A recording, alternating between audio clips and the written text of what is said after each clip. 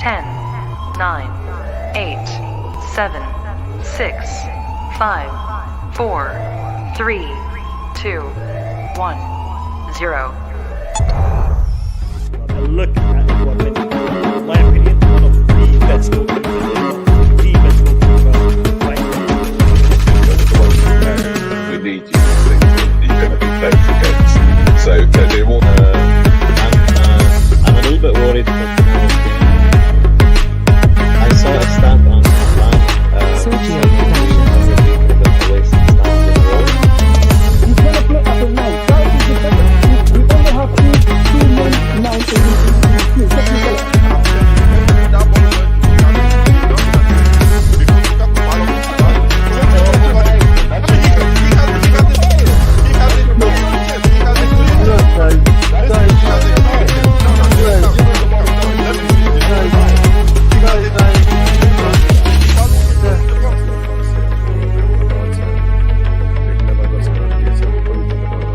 I know people have gone on about if we lose the cup, it could be a bit of a situation. I hope to God it Sergio doesn't. Productions. Sorry guys, I'll do the next. Yo, welcome to the stream, welcome to the Blue Lounge, welcome to the show, welcome to the match preview, Chelsea against Spurs. We've said that a couple of times, actually we've said that a few times this season.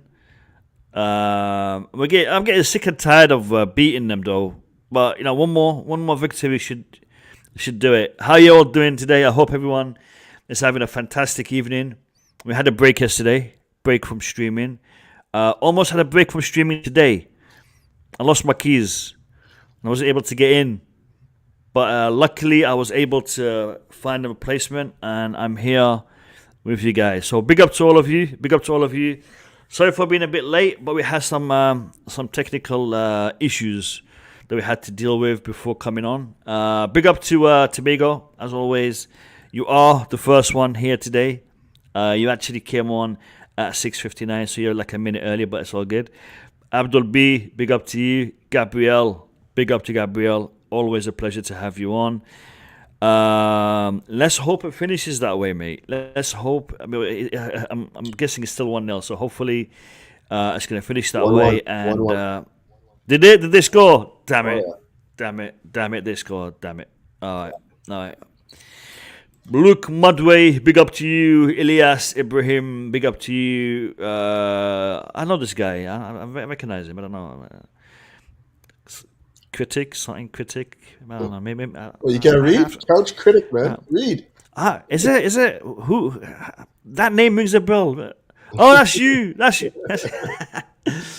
My man Dennis P, big up to you. Who else is here? Zia, big up to you. Andon, big up to you. Big up to all of you. Have I missed anybody? Hey, he's back. CFC Stephen, big up to you. Welcome to the stream. Welcome to everyone. Sorry about that, Mo. Sorry about what, Tobago? What about what? What are you sorry about, man? You ain't done nothing wrong. You ain't done nothing wrong. He's probably just about talking about your keys. About my keys. Yeah, my keys. It is what it is. I'm here, so that's good. Hey, we got Wissam, big up to you. Yeah, losing my keys. Yeah, listen, I got my translator. I mean, I got Couch, he's translating for me because I'm not that quick these days, man. Big up to Tobago, big up to Steven, big up to Wissam, big up to Andon, big up to Zia, big up to everyone. Welcome all to the stream. Today we are going to be, and you've forgotten something, we are going to be looking at the press conference, and I haven't set it up yet, so I'll set it up now. We'll be looking at the Tuchel press conference from yesterday. I know most of you have seen it. I watched it yesterday, and to be honest, I've forgotten what happened in the press conference, pretty much. So I got to watch it again. With you guys today, and then we will jump into the lineup, jump into the predicted lineups. And it's funny because most of the guys who sent me the predicted lineup initially are not here. I'm waiting for Showtime, and I'm waiting for Podfather. So hopefully they will be jumping on shortly Where is this press conference? Okay, I'll find it. We'll go with this one. 21st of January. Yeah, that's the one. Okay, so before we jump into the press conference, I want to welcome my panelists. So let's say big up to the Couch Critic. How are you? How you doing? Pretty good, man. We got a new left back signed. Did you guys hear? Yeah, apparently we're trying to address the left back situation by buying one for the development squad first. Yeah, And then man. we'll develop him, and hopefully by the time Ben Chilwell has recovered, we'll have two good left backs. Is that how we're doing it? Is that how we're doing it? That's I don't how know, we're man. But working yeah. The development squad have got themselves in a new left back. Apparently, he's played like twice in the championship, and he's going to be taking the development squad left back position, and maybe Hall will be upgraded to the main team. I don't know. We'll address it when it becomes clearer. But the left back situation does need to be looked at, and we've got like a week to address it in a transfer window. I don't know what Hopefully you're we talking about, can. dude. It's sorted, man. That is sorted now, man. No. For the oh my god, the Couch. We're sorted, bro. No, for the main team, for the first team. Yeah. All right. Let me say big up to MDT. MDT, how are you? How you doing? It's been a while, mate. It's been a while. I hope you're good. Yeah, I'm good. Everything okay, just was occupied with the family and everything. So that's about Life. it. And Life is life, isn't it? It takes us away from the things we enjoy doing, but we love the family and love the home, and we have accountabilities and responsibilities towards them. The Blue Lounge can wait. Big up to you, MDT. No, it's always good to have you on here. It's always good to get your insight and to hear your input. We've missed it over the past few streams, so it's good to have you back. Nick Blue, how are you? How you doing? Yeah, fine, Mo. You're the usual. I don't work. I'm retired. You probably know that. I don't know, but shop. I just go shopping for the family and walk a little bit, and I'm on Twitter, as you know. Or watch your streams. I'm fine as long as Chelsea can win tomorrow. I'll be even more. Yeah. Definitely. Tomorrow is a big game. Yeah. Tottenham in the league is it's massive. It's at home. The last time we played them at home, I was at the bridge, courtesy of Alex. He sorted me out with a ticket, and it was good. It was really good. Hopefully we'll get a similar result, if not better. 2-0 was the result last time. Have you managed to get a final ticket? Have you managed to get a final ticket? No. Yeah, no. Not have I yet. I'm a member, so I have to wait till the members come along. They do all the season ticket holders. Yeah. So let's hope. Do you know how much it's going to be? What's the price of the cup final? The prices, they come up from like normal season ticket holders. They can get the tickets for 45, 30 £30 even. It's not that. They start from higher and they go low, but it's just how many season ticket holders get them, and then if you're able to get hold of a couple, let me know. I'll buy one off you. Of course, that'd be great. Sweet. Hope so, sweet. We'll go watch it together, man. We'll go watch it together. That'd be great. Oh, yeah. That'd be fantastic. All right, Julius, big up to you. Welcome to the stream. Good to have you on, mate. Big up to you all. Good to see you. Good to see you, Julius. How you feeling, man? You feeling good? Yeah, I'm feeling good. I'm watching the City game. I'm enjoying it. Is it still 1-1? 1-1. Broja looks really... I know. He does.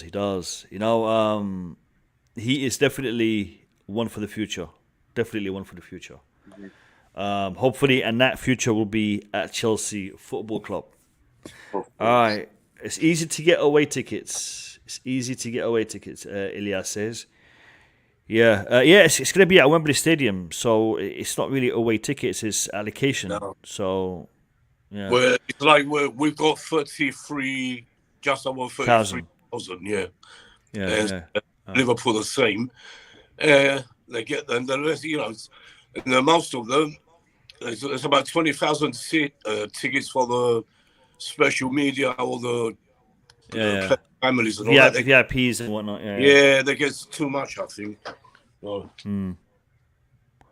All right. Now, let me switch screens. Okay, so, lads, is there any particular topics you want to address before we jump into this match review? I know there's been talk about the Dembele situation, which we've addressed, a few times.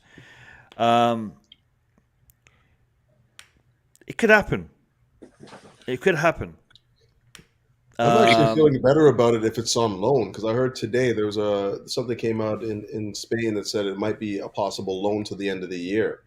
If that's the case, I would definitely take that on. But if we're putting money in and whatnot, and we have to sign him, we have to basically sign him to a new contract for 5 years or whatever, I'm not with that. But if it's a loan to the end of the year and then we see what he's all about and we get to see what he looks like in our system, that would be fantastic.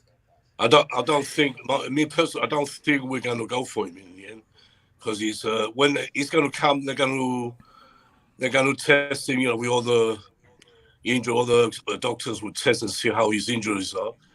But he's injury prone. It won't be. I don't think it'll be any good.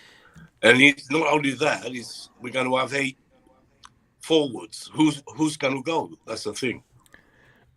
Nick, the way I see it is this. And by the way, Wissam, we know we've addressed this already. And I want to hear as well. What MDT has to say about this, because we've not really heard from him in respect to this. Abdul B is saying I want to hear what MDT has to say about Dembele. Yeah, we'll ask him. I'll ask him. But before that, you see, the way I see it is as follows: Xavi is adamant to get rid of him or to get money for him because he's not signing a new contract. So Xavi says, let's sell him, let's get rid of him.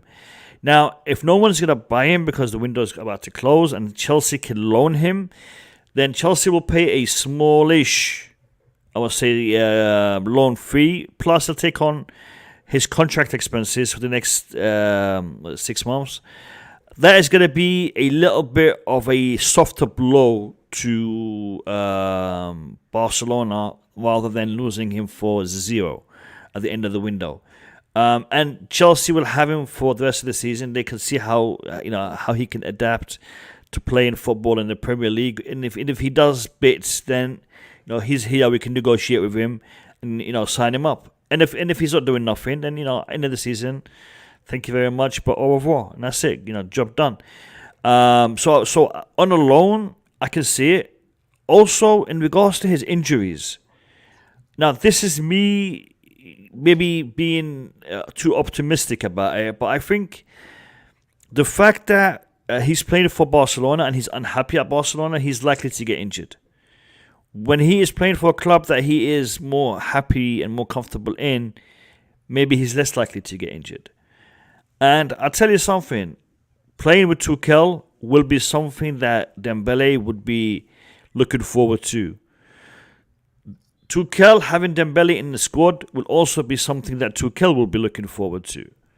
Now, in respect to having too many attackers, which is a very, very good point that you brought up, Nick, I think if we are able to incorporate him in this loan period, then I would not be surprised to see 1 or 2 attackers being offloaded at the end of the season.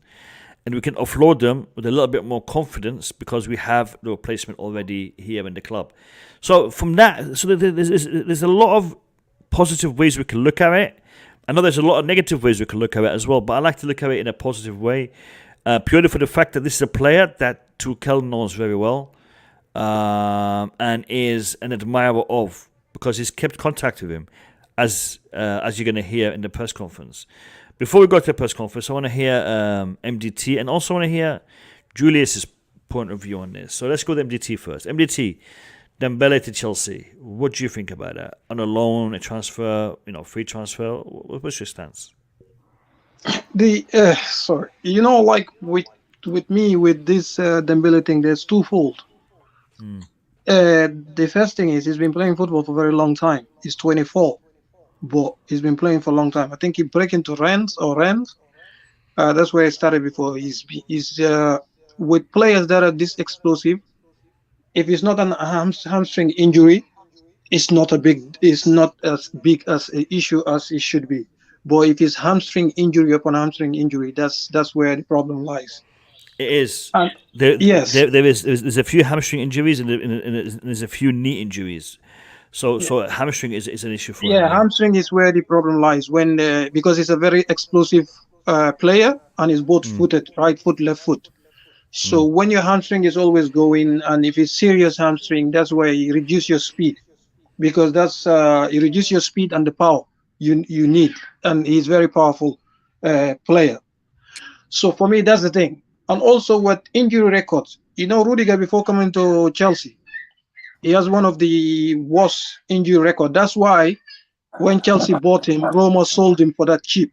It wasn't because of ability. 30-something million that those days is because of his injury record, Rudiger. If you go and check his injury record history from Stuttgart all the way to Roma, he was really bad. Even first season at Chelsea, he was really bad. So, so that's the thing. Sometimes players, and also Barcelona, they rush players. You see, Ansu Fati is injured again. He was never injury prone, but Barcelona rush players. They do rush their players. They don't let the player heal. As soon as you come back from injury, they send you in. So if you see Barcelona, all their explosive players in their history always go back with injury. Ansu Fati is injured again. He's came back this year. He's already been injured 3 times already. In less than 3 months. 3 times already. Each time they're rushing him. So sometimes it could be, that's why I'm not sure about his situation. Could it be is injury prone? Could it be the management of the injuries? So those are the things, because Barcelona, Ansu Fati is already, and Pedri as well, came back, they rush him. They rush their players. Barcelona have history of rushing players. Umtiti was one of the best defenders in the world. Barcelona keep playing him injured. Look at what happened to him. His knees are gone. And now they're blaming him for staying, which is not his fault. You ruin the player's career by playing him, taking injection, forcing him to play, and now the player cannot play. You guys are saying he's taking money for free. No, you ruin his life. Because that player could have played until he's 40. Now, he can't do that anymore. So Barcelona is not a club to judge injured players off. Barcelona, Real Madrid, they have a very bad record when it comes to injury. So for me, that's the thing. I need to see him in another environment. I don't know whether that's Chelsea or not, but with his talent, what he can give us, that's why I always said you need powerful players that can run with or without the ball. That's why if you're not getting Dembele because of his high wages, I will say go for Nkunku. But I don't know, to be honest.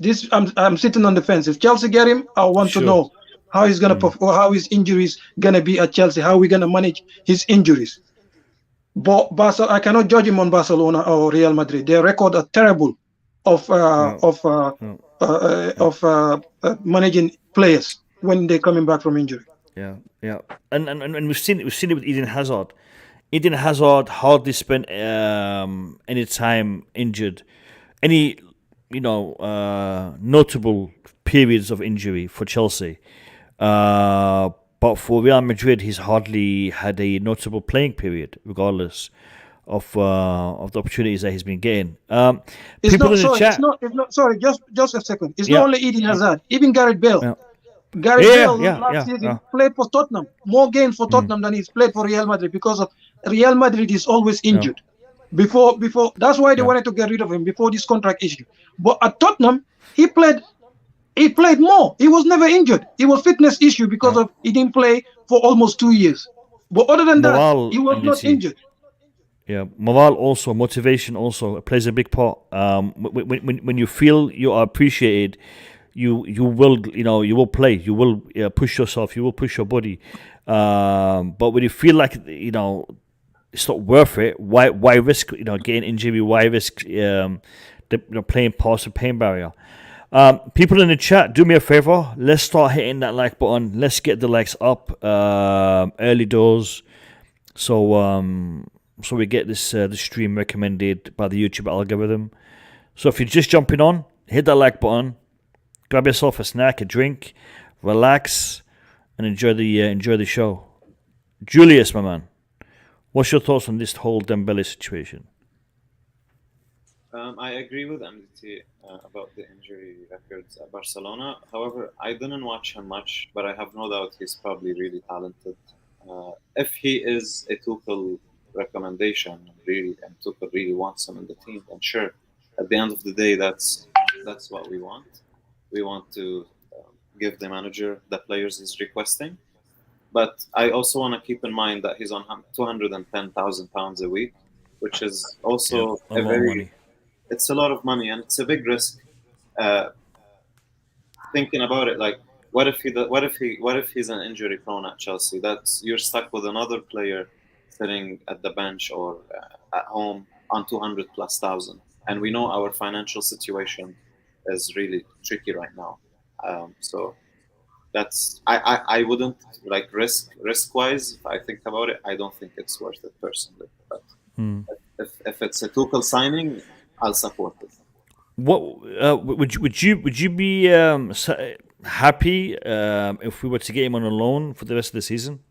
Yeah, that would be actually perfect, because that way, as MDT said, we can see how he does in terms of injuries and stuff, and if he would even fit in. Why are you giving the flowers all to MDT, man? I said that before, MDT. You're giving him the flowers and you're leaving me hanging. Why? Why, man? I'm kidding. I'm kidding. No, I'm kidding. No. It's spot on. It's spot on. I think a loan deal would give us a good sample size, because we've still got Champions League football, we've still got FA Cup football, Premier League football. We can we can see what he's made of, and we can see if he is a good investment for the future. I mean, it took us half a season to figure out that we don't want to keep Saul at the club. This could be half a season. Did not take me half a season. It took us one game, I know, but to confirm it. Yeah. I think he's gonna hate Aston Villa for the rest of his life. But it is what it is. It is what it is. All right. That profile picture, by the way. Big up. Who's? Dennis. Love Chelsea. Yes. Oh, that's the Paul Cannibal's campaign. I have the shirt. It's actually pretty dope. Yeah. No, I've seen you wear it. A couple of times. Yeah. All right. Big up to the Couch Critic. Big up to everyone who makes a stance against racism. We do not want to see that anywhere near our beloved sport and our beloved club. All right. So we all dance. Whenever you see someone, whenever you hear something in respect to this, don't accept it. Don't allow it. Don't just turn your head and move on. Nah, deal with it. Deal with it. Because if every time someone becomes racist and someone puts him in his place and deals with it, it will make it harder for people to continue being racist. Anyway, let's move. All right, let's look at the Chelsea Tottenham press conference per Thomas Tuchel. Where was it here? That's not it. This is it. All right. And if we get ads, I apologize in advance. Let's go. Craig Slater, Sky Sports News here. And a couple of days off for the squad, as I gather. How have they come back to you? A bit more refreshed? And can you update us on the injury and illness front? And maybe looking just a little bit further ahead, Thomas, Reece James posted a picture of himself in his boots this week. Have you got a clearer time frame for him coming back? Well, we have a time frame to make it public, because otherwise we will just get asked about the time frame. He is back on the pitch, is the good news, but he is in individual training, so far away from being part of the squad on Sunday's game. Trevor Chalobah is back in team training, but also way too early to play the game on Sunday on this kind of level. So actually nobody's coming back. It's the same squad. We decided to give 2 days off to deconnect a little bit, but the 2 days alone will not solve everything. It was good to have, and after the Tottenham game we have the chance to give the majority of the players another days off because we simply need it. Hi, we're Fiverr, a global marketplace connecting individuals and businesses with freelance. But for Sunday, the 2 days alone are not the solution. We have to make sure that we are in a different mindset, in a different attitude, and in top shape, because we have a big match coming on Sunday. Yes. Can you quantify how big a match? I mean, it's interesting. I mean, they've played 4 games fewer than you have, which is something in itself. But in terms of maybe getting your momentum going and blunting the recent momentum they've had, how big a game is this? It's a big game because, of course, we can do our mathematics, but it's strange to look at the fixture and see teams competing for the same area of the table and having 4 games less. So this can lead you to a wrong impression that you're comfortably ahead, which you are not. So we have to make sure that this stays like this, and the best chance is to win direct competitions against direct opponents. It's a London derby. It's a big rivalry. We know this, and then we play them now 3 times, the 3rd time in a very short period of time. So I think they know what we do. We know what they do, and things are clear. We managed to beat them twice, and we will do everything to beat them a 3rd time. Yeah, Romelu, I think, has had some strong performances against Tottenham in all 3 games, albeit he hasn't scored. Are you thinking he's maybe been unfairly spotlighted when results haven't come your way? Maybe just because of his price tag, because of the reputation he has? Yeah.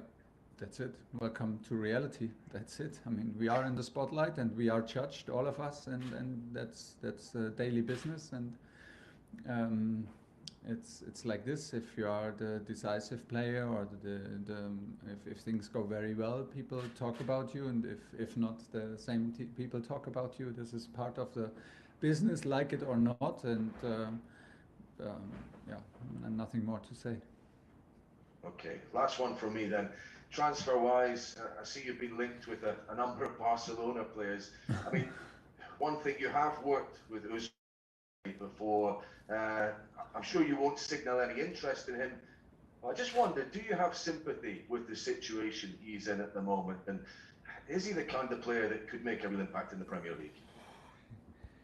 He's a very good player, and he's in his top level. And I'm very fortunate to have trained him in my time at Dortmund. It was only 1 year, should have been longer, but I needed to leave, and he decided to leave. So, and from there we are not in like closest contact. We met here and there because of his duties for the French national team, and of course I was in Paris, so this was more or less when they were like preparing for national duties. It's very close to Paris, so this is where we met or like exchanged some messages. But he is in a situation. I have absolutely no idea why he is in that situation. I have no idea what the situation in detail is. So is I know how I feel about it when it's about my players. So it's better not to talk. Okay, thanks, Greg. We'll go to John Southall, 5 line. Can't hear you, John.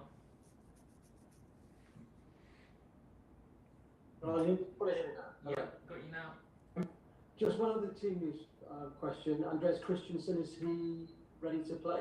No, it's not. He's not with the team yet. Right. Okay. Do you know how long that might be? We hope he is back in training next week. Okay. Antonio Conte has said on a number of occasions that he thinks Chelsea are on a different level to Tottenham at the moment. Do you think that's a fair comment? You have to ask him. The last results and the last games, it was like this, and we have to make sure that it's a third time like this. But of course, we should not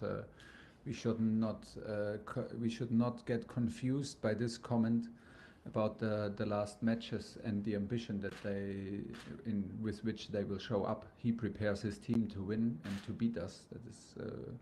That is very sure. So that's why it's not so important what he says about the last games. But do you think you've got a psychological advantage over them after the League Cup games? I don't know. We play now 3 matches in such a short time, which is pretty unusual and pretty uncommon normally, and that's why I think they pretty know what we do, and we know more or less what they do, and it's again for us to show up now.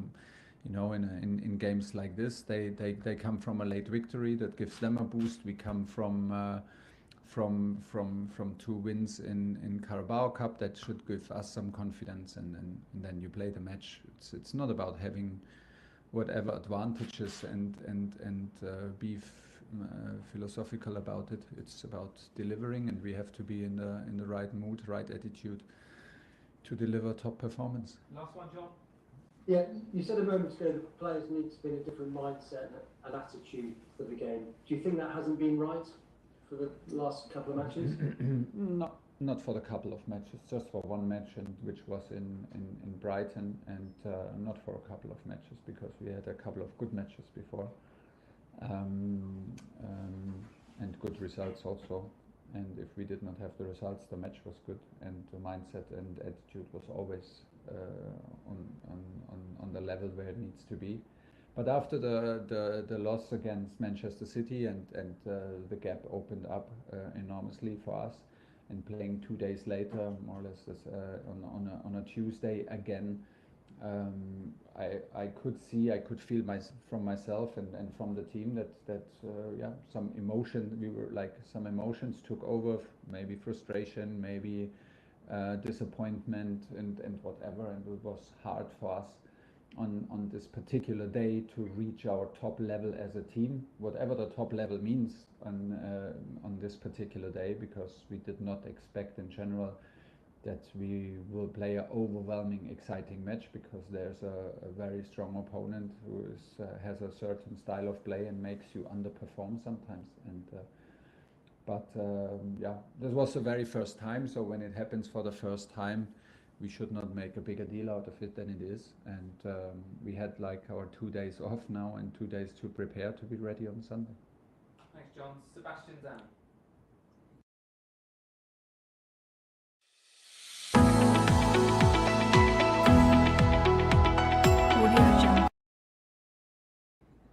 Good afternoon, Thomas.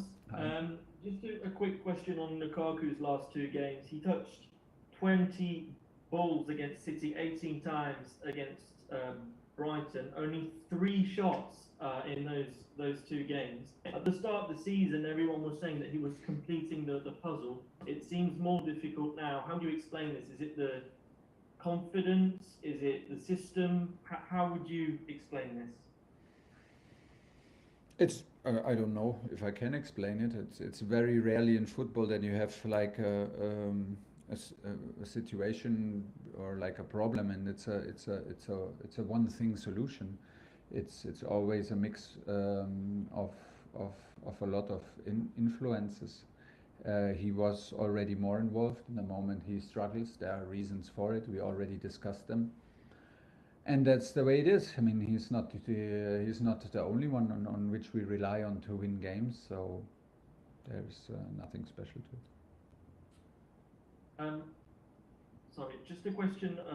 You're quite distanced with Manchester City now, of course, who are quite far ahead of you. Is there a moment as a manager when you've got things like the FA Cup, the League Cup, and also the Champions League, of course, is there a moment as a manager when you have to make the decision that with the COVID environment, the injuries, you have to prioritise a competition over the others in terms of the chances you still have? No. Well, because we want to because if you play, if you work for Chelsea, you give your very best on a daily basis, and that guarantees you that you have that you come in the right shape, right attitude, right mentality to games. And the moment where you start judging, when you start prioritizing, is the moment where you lose track from what brings us to be part of Chelsea. Being part of Chelsea is being competitive in every single day. And mindset, come with the right attitude, and this is what we do. And the next game is always the most important. Everything has huge influence, and with me, we will never start prioritizing. We will never start judging importance of games. We will select teams, and we will make sure that the process and the atmosphere is right on a daily basis, that we can increase the chances to win games, and this is what we do.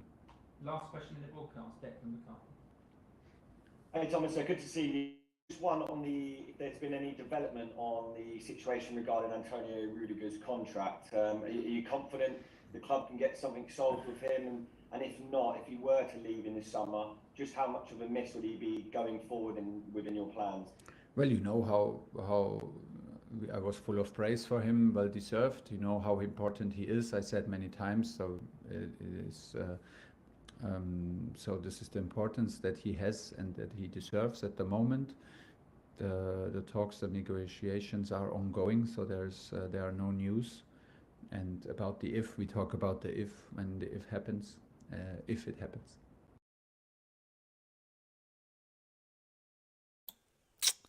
All right. Listen, all those ads you saw, it is what it is. It is what it is. Ad blocker, I'll get it. I'll try to get it. I'll try to download it. If I remember to do it, I'll do it. If not, I'll just go premium. Listen, lads, in regards to the stream, do us a favor. Make sure you hit that like button. We're like 57 likes. And if you're new, subscribe. Subscribe to the Blue Lounge. It would mean a lot to me. So do me a favor. Hit that subscribe button. I would very much appreciate it. The closer we get to 10,000, the closer we get to that giveaway of a Chelsea football shirt to one of you subscribers. So let's get to that 10,000k subscriber milestone quickly by you hitting that subscribe button and that like button. All right. Interesting press conference. It looks like the onus is on us to continue beating Tottenham. Tottenham will be trying to win, but they tried to win already and they didn't.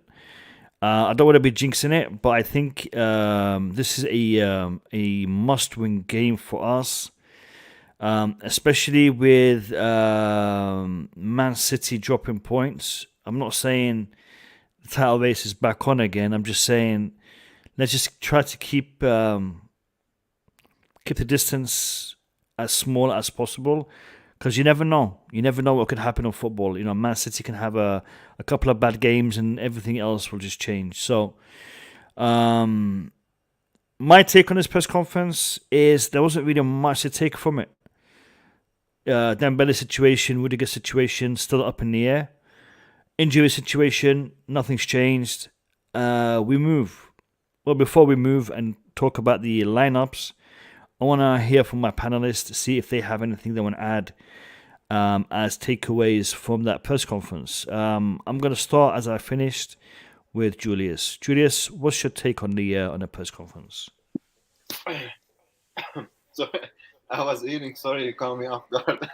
Listen, you're eating. Couch is away from his screen. How am I supposed to know which panelist is available? I can't even see you guys.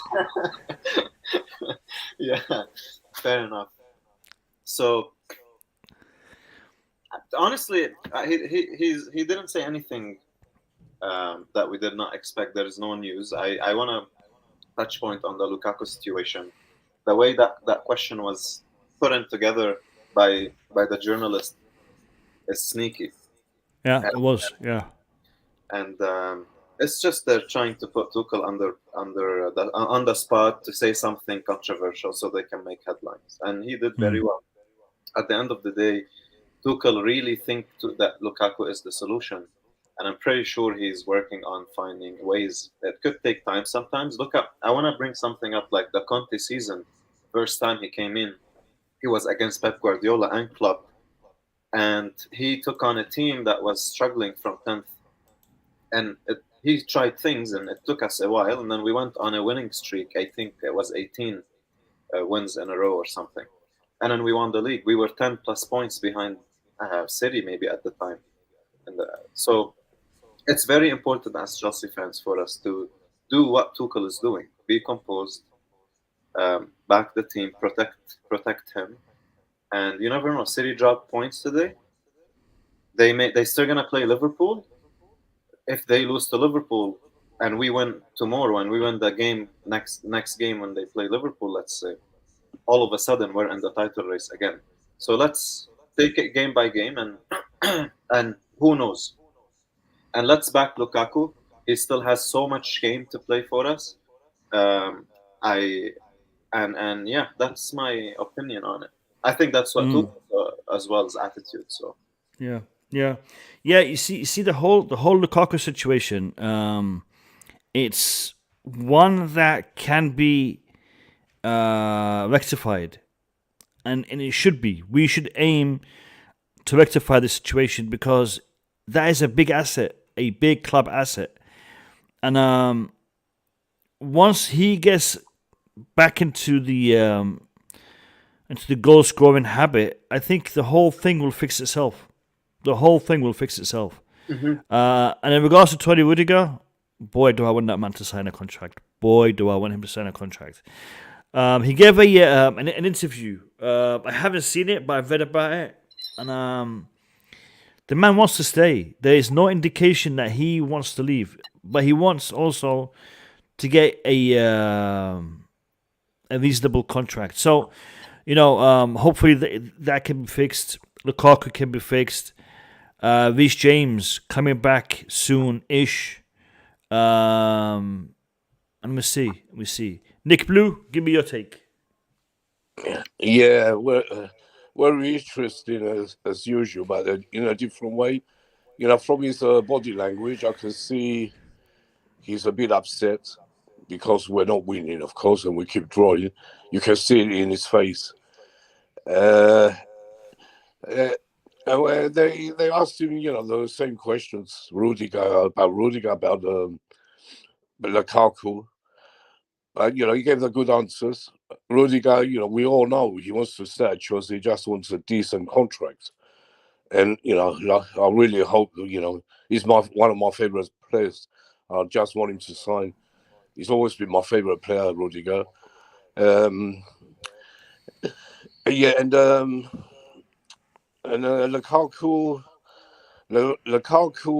he's a big signing.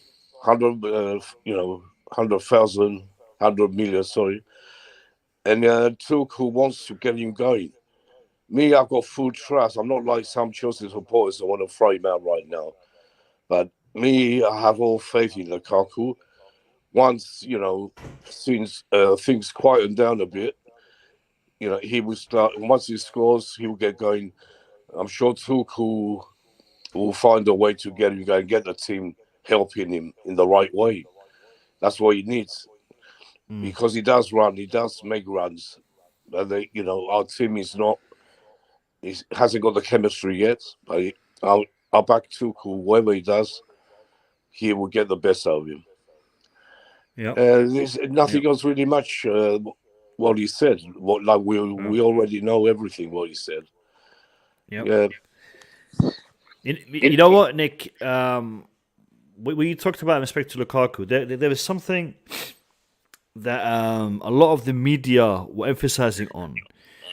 The conversation that Lukaku and Hakim Ziyech had as they were coming off the pitch, when Hakim Ziyech had his hand over his mouth and talking to Lukaku and whatnot, and everyone was making a big thing out of it.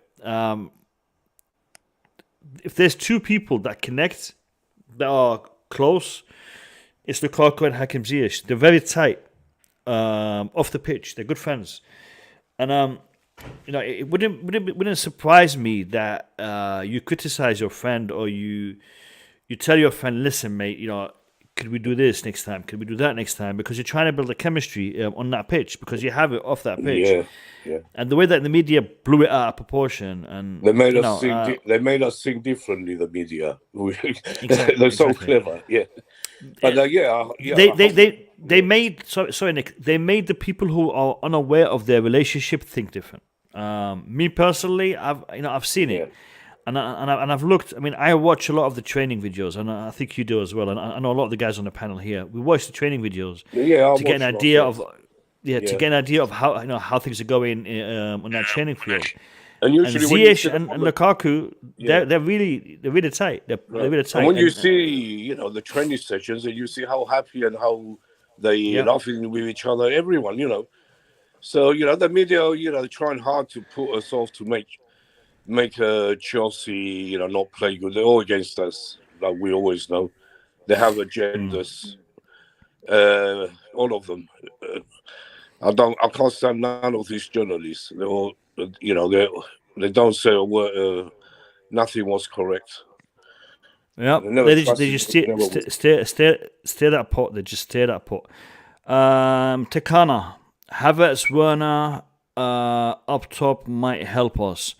Tekana, stick around because we're going to be doing the lineups pretty soon, and then you're going to see the predicted lineups of the panelists and also the lineup that we are going to recommend as a unit. So we might go with that.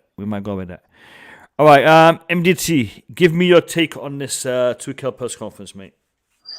Yeah, this Tuchel press conference, I think the reason why now he's gone back to being like this, if you remember after the City game, when he spoke about ball losses, he didn't mention name. He didn't mention where he said we have a lot of ball losses, simple ball losses, whatever. And then the journalist was the one that mentioned how is your system that's not involving Lukaku in the game, and he said no, he's part of it. Tuchel never mentioned to say Lukaku was the problem, but the headline was Lukaku was the problem, and the Chelsea fans went along with it. He called out Lukaku, and he didn't, and that's not really what he did. He actually said the attackers. He didn't say Lukaku. He said the attackers. It's the journalist that said this Lukaku is not getting service. It was he said he's part of it. That means he's part of it. It's all of them. It's not only one individual. So, but for people to separate Lukaku, it's like Lukaku is separate from the rest of the team. That's crazy. So, unfortunately, I didn't get the time to join your stream and whatever. He didn't call Lukaku out. He didn't call anybody individually. He's a smart coach to do that. Mourinho did that. That was the end of his Chelsea career. Remember when he said the undroppables, the 8 undroppables? Remember when he called names? Said, these are my top 8 players. And that's the season that we didn't win the league. His third season. And it was a disaster. Because the other players who helped us won the 2, they were not happy.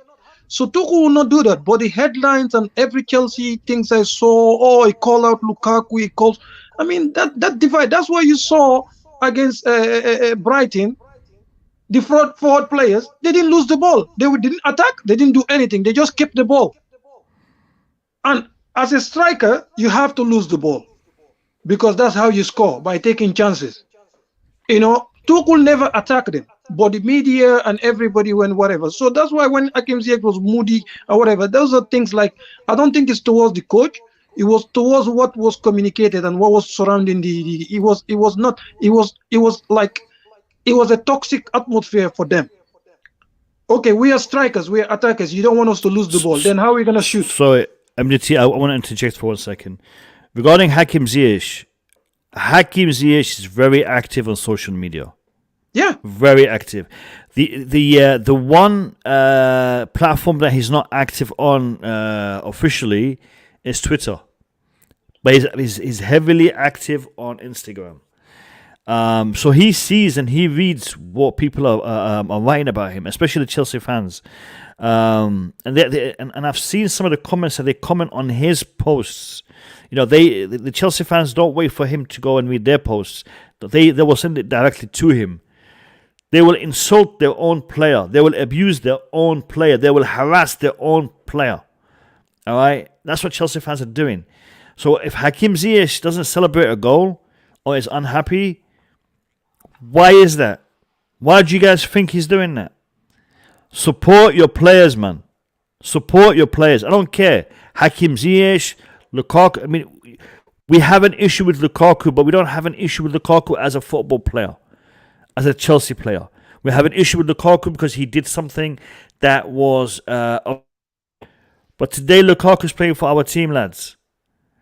He is playing for our team. If he succeeds, we succeed. If he fails, we fail. Mason Mount, Kai Havertz, Timo Werner, all of these players, they're our boys. Support them. Stop hating on them. Stop bashing your own players. I can't understand why we do that. Why the Chelsea fan base do that. If Mason Mount is playing, everyone's like, we should have Hakim Ziyech playing. If Hakim Ziyech is playing, why is Mason Mount not playing? Let the manager do his job. Let the manager pick his team. MDT, I apologize for cutting you off, mate. No, it's okay. You watch even against Chelsea. Phil Foden wasn't in the game. Raheem Sterling wasn't in the game. Sorry, Sterling played well. What's his name? Jack Grealish. You named them. Their player was unanimous. Even Kevin De Bruyne, if it wasn't for that magical moment, they were not having good games. Okay, but the thing is, look at even today, look at the City front players. They were terrible against Southampton. But you will not see their fans turn on their players. You will not see it. And Chelsea, we've been winning. We're not Arsenal. We're not Manchester United. We've been winning. I can understand if Chelsea went 3-4 years without winning any top trophy. Fans can change. But we're not a losing club. We're already a winning club. A winning club. Why are you mad? Why are you so angry? I don't get that. That doesn't... I believe Tuchel today, the press conference, why it's so boring today, he's learning from the British media that they're not honest. They're changing his word because he can say one thing and then headlines are written. And these players, they send them the information direct. Sometimes this clip that people are making, YouTubers or social media account, whether you tweet or whatever, they attend the players. Okay, and sometimes they're sending it to the players. Okay, maybe the players might not see it, but the people that see it close to them, they will tell them that, oh, your own fans are doing this to you. And then when a player will refuse, I'm telling you guys today, Kai Havertz is not going to extend his contract at Chelsea. If it's 5 years, it will stay the 5 years. If Chelsea want to sell him, we'll sell him. So some of these players, they're already fed up. Not that they hate the club, but they're fed up with it. Stop atting players. You criticize them, yeah, criticize their performance, but not their personality. Don't psychoanalyze them. Criticize the performance and move on. Criticize the next performance or praise them and move on. Performance, that's what you have deal with these players, not their personality, not what they do with their family, not what they do with their girlfriend, or sometimes they will be out with their girlfriend. Somebody will comment to say, instead of spending time with your this, why don't you go and train on your finishing or your passing or your ball control? What does that got to do? So they shouldn't have a social life because they play football? Or MDT, remember after the I think it was like a Bournemouth game away when they caught Maurizio Sarri in the what was it? The car park and started like berating him there. Do you guys remember that? Yeah. It's crazy. I don't get it. What have we done to? I don't get it. I don't understand. What have human turned to now? I can say, yeah, things are getting better now, but they might be worse then, but not this to this extent. We were not this uncivil to each other. I don't remember this. I don't. Because we're all hiding behind keyboards now, mate. We're all hiding behind keyboards. Yeah, because you said this before. You said this to somebody those days. Oh my God, I think you will pick something off the floor. But nowadays it's keyboard and whatever, so people are free to say anything, whatever. But so people should realize this. These players, not that they hate Chelsea, but some of them they just fed up with it. They just fed up with it. So I believe Tuchel right now is just fed up with the media question because he wasn't criticizing Lukaku. He was criticizing the ball losses about the forward, but everything was turned towards Lukaku. And in dressing room, no matter what people say, players are family. They might disagree within themselves, but if you come after one, you come after all. So people don't know this, but that's how dressing rooms work. Yep, spot on, MGT. That's my take on this. I think Tuchel is trying to avoid any headlines. Yeah, no, spot on. Rightfully so. Before I go to the couch critic and get his take, guys, we have 135 of you on the stream right now and only 70 likes. I want to ask you guys to like the stream if you are enjoying this debate, this conversation, and if you're new, hit the subscribe button. I know that half of my viewers are not subscribed. At least half of my viewers are not subscribed. So you're watching my content. Reward me for making this content by hitting that subscribe button. It would mean a lot to me. I'd really appreciate it. Couch critic, we heard Tuchel talk about Rudiger, Lukaku, Dembele, and even Antonio Conte in respect to the preparation for this game. We know that no new injuries are within the squad, but we still don't have anyone else returning to the squad. So, what's your takeaway in respect to all of these topics and the press conference in general? I mean, we didn't really learn anything new at the press conference. He kind of like endeared himself to Dembele a bit, but we kind of know that they have that sort of relationship. He brought out some good football from him. But the other thing that this is away from the press conference. I don't know if you've been checking like the Chelsea sort of like marketing on their Twitter, but they're talking about like they have Thomas Tuchel in front of a camera saying, support the club, like support from your seats and like make lots of noise like that. That just speaks to me the toxicity that we're seeing on social media right now, right? We got players, we got people in our our support group, our fans, supporters. So cold. Well, I mean, I'm not gonna say they are or aren't, but you have people that are like literally have name calling for players. Like, how immature is that? First of all, like Lukaku and like Jennifer and like all these names. I'm just like, how old are you? You know what I mean? Like, like are you 11 or are you a grown man? You know what I mean? So all that stuff is just like a little bit disheartening for me, and I see it every day, right? Like it's not comical, right? Like we're supporting this team. It's like you said earlier, Mo. The same thing. Like this idea that if these players do well, we do well. You know what I mean? If the more you berate them, the harder it is for them to achieve to achieve the goal that we're all after. So yeah, I agree, man. We just got to get behind the team. I wasn't a Lukaku supporter. I was definitely of the other side. I was more Holland camp. But as soon as he came to Chelsea, I became a Lukaku supporter. Simple as that. He's got the badge on, right? The interview didn't help at all. But like the same time, if he meets his objectives, then we win. That's what it comes down to. Like, so you have to get behind him for that reason. Simple and plain. Listen. I just got to say this to you, Couch. I got to say this to you. When you have an argument with your friend, when you have an argument with your child, with your partner, which is going to happen because they made a mistake, they did something wrong. They turn around and say to you, look, I made a mistake. I'm sorry. I didn't realize what I was doing was going to offend you, but it did. And for that, I'm sorry. Now, you're gonna accept the apology because at the end of the day, you still value this person. This person is still valuable to you. He's part of your life. He's part of your household. You're going to accept the apology. You may still feel hurt inside of yourself, but you're going to accept the apology and you're going to try to move on. And with time, you will try to forget, right? Because at the end of the day, your goal is to maintain your household, to maintain your family. Now, that's what we're supposed to be doing with this situation. Lukaku made a mistake. He apologized for that mistake. Are we still hurt? Yes. Do we move on? Yes, we move on. Do we overcome? We try to overcome it.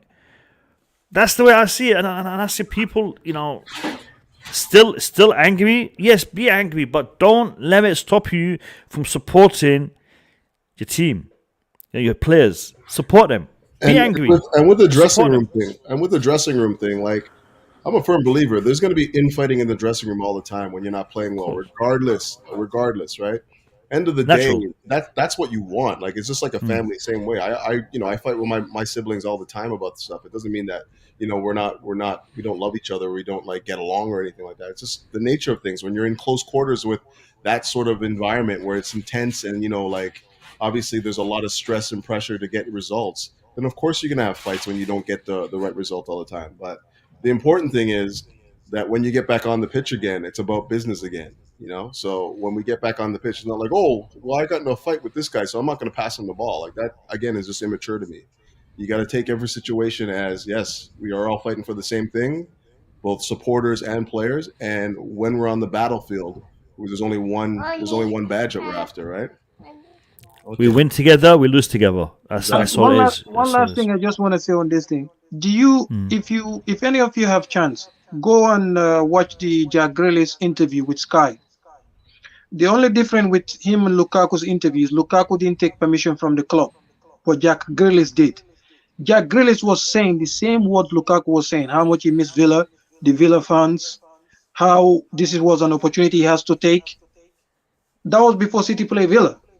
When he went to Villa, Villa fans were laughing at him because he's struggling. But right now, if you ask him to go back to Villa, he will go. He missed it because right now he's in a new environment. He's not free to play the way he wanted. He missed how it was. It's human. Human being does. If things are not going well, he always miss what was. Lukaku was immature because of his age and his experience enough not to do that. But most players, Messi was crying when leaving Barcelona, even the PSG interview, talking about his affection, how he wants to return. Okay, but Lukaku, it was the wrong time and not doing it behind the club's back. For me, that's the thing that I didn't agree with. But if you watch most players, when they leave their former club, when they go to another club, their interviews are tacky, are very, very selfish. It's all about them, how they feel. Because especially if things are not going well at your current club, go and watch Jack Grealish's interview. And also, since Jack Grealish came to Manchester City, he's had scandal upon scandal, but it's not on the newspapers. One day, that's it, it's gone. It's been caught. It's been caught in nightclubs. It's been caught in MDT. Yeah. MDT. Your favorite fan is commenting for you. I'm ignoring. He's a 50-year-old troll, so I don't answer to trolls. Hopefully he'll be on in about half an hour. Hopefully. All right. Showtime. Big up to you. Welcome to the stream. How are you? I'm well, brother. How you doing? Assalamu alaikum. Wa alaikum assalam. Wa alaikum assalam. Yeah, we're doing good. All right.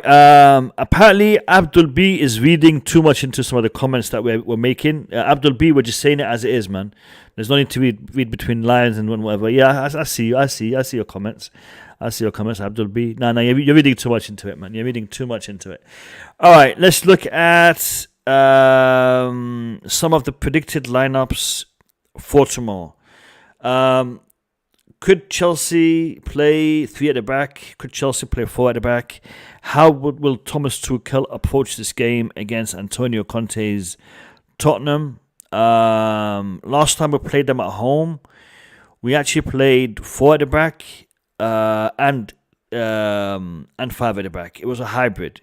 We had Hakim Ziyech playing as a right mid, right wing back in a hybrid formation. So I want to see what the boys here have predicted for the lineup tomorrow. Now, the first one to submit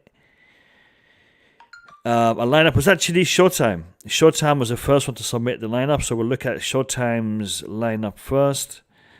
I'm right on time then.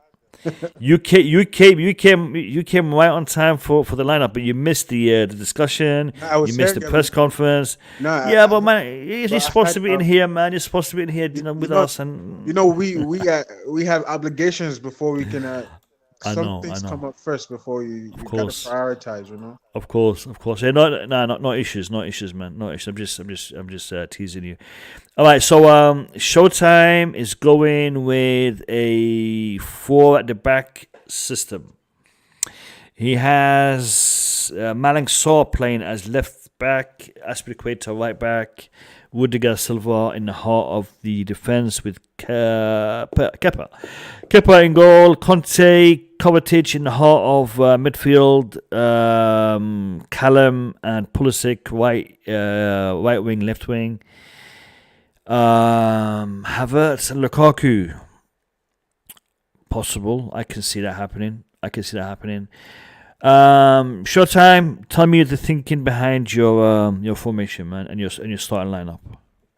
First and foremost, thank you for having me again, Mo. I mean, I appreciate My it. pleasure, Panelists as brother. well. You know, big up Couch, MDT, you know, Nick, Julius, and myself. I hope all is well with you guys as well. Big up. This formation, big up Showtime. Thank you. This 4-4-2 formation, I think this is. I mean, if it worked, my thinking behind it was it worked when we played them twice. I think that this is something that he needs to implement a little more often now, because we see that our usual 3-4-3 is not really producing as well as we need it to be. And it's like we're sitting back and waiting for counters. So I feel like, this 4-4-2 gives us more of a different mindset to go forward. Would you be playing it as a hybrid, as in Pulisic can possibly, or maybe Callum possibly playing as a left back and Azpilicueta going as a left wing back and Azpilicueta going up as a right wing back? Forward. I think that as long as we have that high line on the other half in the attacking position, it's going to work. I think that's where we need to put more. I think he needs to put more emphasis on them getting to the other half and staying there, not losing possession and always becoming defensive. I think we're becoming a counter-attacking offense now, where we're used to going at the defense. You know, it's getting tiring, and I feel like we need to get back to our old ways. Although we don't have our 2 wing backs in Chilwell and Reece James, hopefully Reece James will be back soon. But I feel like right here will give us a chance to go forward and get to where we need to be. I think we need to feed Lukaku the ball, and I think Havertz needs to start next to him, because I think that's the best pair for me. I don't need Timo Werner running around like a headless chicken, so I'd rather just have Kai Havertz there and pair up with Lukaku, see what we can produce with them together. You know what they say about Kova and Kante? They say Kova and Kante and Kova, our midfield is stronger. Your game plan is over. So I just like those two. You keep coming up with these one-liners, man. I don't know where you're finding them. Man. It's amazing. That's good. Yeah, it's good. I just like those two paired together.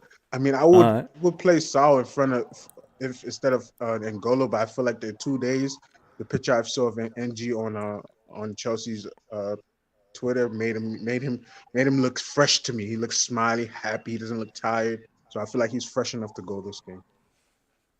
All right, sweet.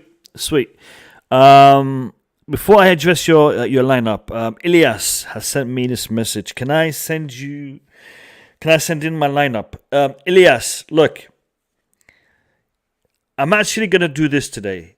I'm gonna highlight 2 lineups from the chat. As it's Elias's idea, he will be guaranteed that his lineup will be highlighted. So Elias, go on to Foothead, do your lineup and send it to me via DM on Twitter, and I will put it on the screen and then I'll discuss it. I'll discuss it with the panelist. And the rest of you, if you want to, send it to me. I'll pick one in random. I'll pick out one randomly, and I will also discuss it with my panel here after we look at all of the lineups that the panelists has posted. So I will discuss 2 lineups from the chat, Elias and one other. So go ahead, follow me on Twitter and DM me your lineup using Foothead Squad Builder. I have to and I will say, definitely. I have to give you Yeah. credit, man.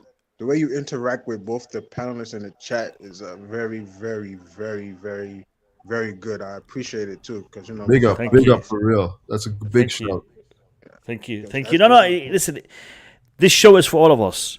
You know, it's for the people here on the panel, the people in the chat. We are all part of the show, and we are all the reason why the show can be successful or fail. And I'm doing this for the community. So if the community wants to send me their lineups, I will be more than happy to show the lineups and discuss them. Yeah. So actually, you know what I might do? I might do this. I might make a competition. Whoever sends me the correct lineup will win something. You know what? I might do that for future streams. Ilyas, you got me thinking about a giveaway, man. You got me thinking about a giveaway. I might do a giveaway for the cup final. If you can predict the Chelsea lineup to face Liverpool in the cup final, I'll give you a baseball cap or sign. It's work in progress. I'm thinking about it. But Ilyas, send me your lineup. Send me your lineup via Twitter. All right, let's get back to Showtime. Now, Showtime, this lineup is good. My question to you will be, do you think Kai Havertz is the right man to get Lukaku performing? Or could we have Werner instead? For me, I don't. I see Kai Havertz being better with the ball at his feet. More so, I would like to see Kai Havertz with Lukaku, just because they're both are two highest paid as of right now, and we're not getting enough production out of both of them. So I feel like they both have a lot to prove. Although Kai Havertz won us the championship, and Roman needs to know who he is, I think he and Lukaku needs to produce. And I think production out of these two tomorrow, if they start, will be the best that we will have. I just think Timo Werner, it's more so he is okay, if we can get out our wing backs or our center backs to send the ball forward and let him run under it, that will be great for Timo. But we haven't been doing that. And I feel like Timo Werner is not good with the ball at his feet when it comes to attacking one-on-one. I just think Kai Havertz gives us a better drive at that. Yeah, and to be honest, I think with this kind of formation, I could see Kai Havertz dropping back a little bit into a false 9 and Lukaku up as a proper 9, and it could play really good together. In theory, but you know, I wouldn't be against this. I would not be against this. I could also see Pulisic and Callum going a little bit up the pitch. So, for example, I would see him about here and him about here, and that would give us a 4-2-2 kind of formation as well. So it could work in that way as well. All right, cheers, Showtime. Who's next? Who's Nick is second. All right, let's have a look at Nick's formation. Nick, your formation is missing one player, man. Sure? We're gonna be playing with 10 men. We should have. Yeah, we're gonna be playing with 10 men. Yeah, no, we're missing one. Yeah. Yeah, I'll show it to you. Hold on. Unless it's a glitch in the screen. It must be. No, we're missing one. We're missing the right mid. There you go. Why do you have cover in that position? I think you've you got two covers on there. I don't know why you got it like that. I didn't do it like that. Okay. Yeah, unless somebody got in there and changed it. Hold on, let me have a look again. Maybe, yeah, but it shouldn't it's be. It's titled Nick Blue. No, Boogeyman did. Boogeyman did. Yeah. No, that's not correct. No. Nick, this is your formation, mate. This is your formation. The formation is correct, but I had Pulisic there. So Pulisic in the empty space. Yeah. Right. And which cover do you want to keep, or which cover do you want to replace? I'm guessing the left. No, I had Kova and Kanti in the middle. All right, and then what about the left attacker? Who's that going to be? Yeah, I had Kova and Kanti. I had you see the three at the back, Rudiger, Silva, and Aspi. Nick. Who is this supposed to be? Yeah, Lukaku, Werner, And this? Havertz. Werner. All right, Werner. And Havertz instead of Mount. Are you sure this is Nick's lineup, man? Like every position's No, different. someone changed it. It wasn't. Yeah, no. No, Nick. Yeah. Do you know what you've done, Nick? You've actually posted this on Twitter. You've posted this on Twitter. So if someone knows how to hack your lineup, they probably hacked it and they changed it. Don't just send it straight to me. Don't post it. Yeah, I thought I did. Yeah, I done it on Twitter first. You're getting closer, Nick. You're getting closer. Yeah, but the next one. Yeah. No, it's all right. Lukaku, Werner, Havertz, Kanti. Yeah, Nick, I'm not going to be able to discuss it in this way because it's going to be confusing the hell out of the people in the chat. So we'll address it. We'll address it next time you post it. Hopefully next time it'll be spot on. I mean, listen, to make you feel better, I'm going to show you what Podfather sent me. All right, and listen, it's on. The first time he sent it, it was empty, and now he sent it and it's. So if Podfather comes in, then we'll address his formation because it was empty on my screen. Now we have the couch critic. What does the couch critic have? I want Kova all over the pitch too. Sorry? I want Kova all over the pitch too. No, you haven't. That's what I Have wanted. you? I must have changed it. That's what you wanted. Okay, all right. You're playing a 4-2-2-2 formation. I'm looking. Okay, so you got Alonso as the left back. You got Mount as your right mid. Pulisic left. You've also gone for Havertz and Lukaku up front with Kante and Kova in the heart of midfield. All right, explain that to me, mate. Explain that to me. Just shuffling the decks, man. I don't think we've seen this yet. I'm certain we haven't seen this yet. This lineup is just about trying to find some chemistry, just trying to find a cohesive attack, guys that can play off of each other. I think that there is a connection between Havertz and Mount. How strong that is yet to be determined. I can't really speak to that. I think Pulisic needs to start playing in his preferred role because I do think that he's probably one of our better goal scorers. And unfortunately, he's just not been played in a position where he can be effective the last little while. I like him on the left because I like him coming inside. I think he's a better dribbler rather than a line like hugger that we used. Like where we used him against City, he was basically playing on the right as a line hugger, and I don't think that he's effective that way. I think he needs to try and come inside and investigate space as a dribbler. So I have him there. I also think that Callum could easily play there, but I think that impact off of the bench you can get from Callum if you need it. Everything else, I thought about giving Lukaku a rest, just because he's been playing a lot of minutes the last little while and it's showing in his performances. But I mean, we didn't play. The last game we played was on Tuesday. Sunday is a lot days. They had 2 days off too. So, I mean, you got to play him. You got to find some sort of cohesion, chemistry between him and the other attackers on the pitch. They got to learn. I don't know if you got to force feed this lineup for the next little while just to give you guys a chance to play together. Question. More, it is what it question is. to you. Question to you. Lukaku scores against Conte's Tottenham tomorrow and doesn't celebrate. What? Why would he not celebrate?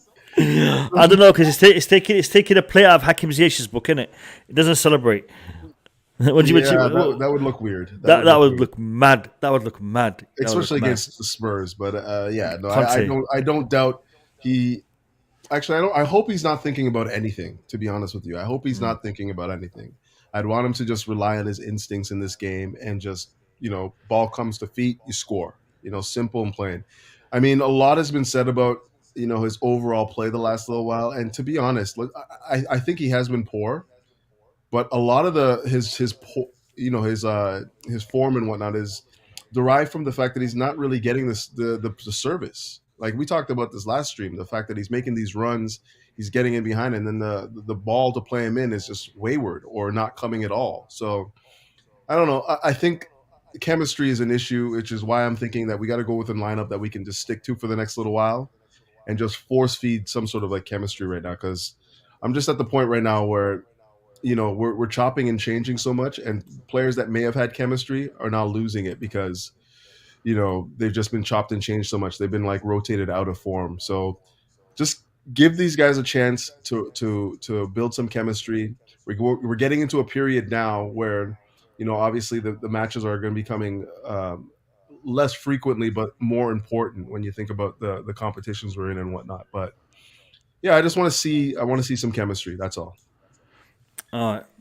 Fantastic. I'm just checking to see if I've got the message from Elias. I have received it. All right. I will bring up your lineup, Elias, at the end. So we'll check it out at the end. All right, yeah, Couch. My question is Havertz and Lukaku. You think they'd be better than Werner and Lukaku? I mean, I haven't seen anything from Werner this year, to be honest, that resembled anything outside of just running around. Like he doesn't offer anything right now. Havertz hasn't played a lot the last little while. Is probably out of form as well. But I just feel like the first game against the Spurs, when we had Havertz and Lukaku up top, I felt like that gave them problems. It gave them problems, and I want to see that again. And in general, I want to see Havertz and Lukaku to see if they can form any sort of like chemistry and build on that. So, I mean, it would require Havertz to be more in this setup. It would require Havertz to be a little bit more of the, the number 10, basically, the guy that's kind of like putting everything together, dropping deep, linking play. But I mean, that's part of what he's supposed to be anyways. Like that was why we bought him. Like it wasn't just to be a shadow striker. It was to be a guy that can like be neat in and around the box and play guys in. He's supposed to be a number 10 in my opinion anyhow. So hopefully he can deliver something like that in this game, and we can be successful with him in that role. Yep. Definitely want to see that happen. I think our two biggest valued assets playing together well will definitely help us. Definitely be helpful. And it'll be useful. That'll be useful. All right, let's move on to the next lineup. Who do we have? MDT. Let me see what MDT has. Wow. You and MDT have been talking, by the looks of things. All right. Very, very similar. Very, very similar. MDT, mate, take it away. Yeah, for me, the reason why I put Callum, I will just go by that, is because of in case we need to change to 3 at the back, there's no need to waste a substitution because we only have 3 in the Premier League. If the 4 is not working, Tuchel want to change it. It's easier to do it on the pitch.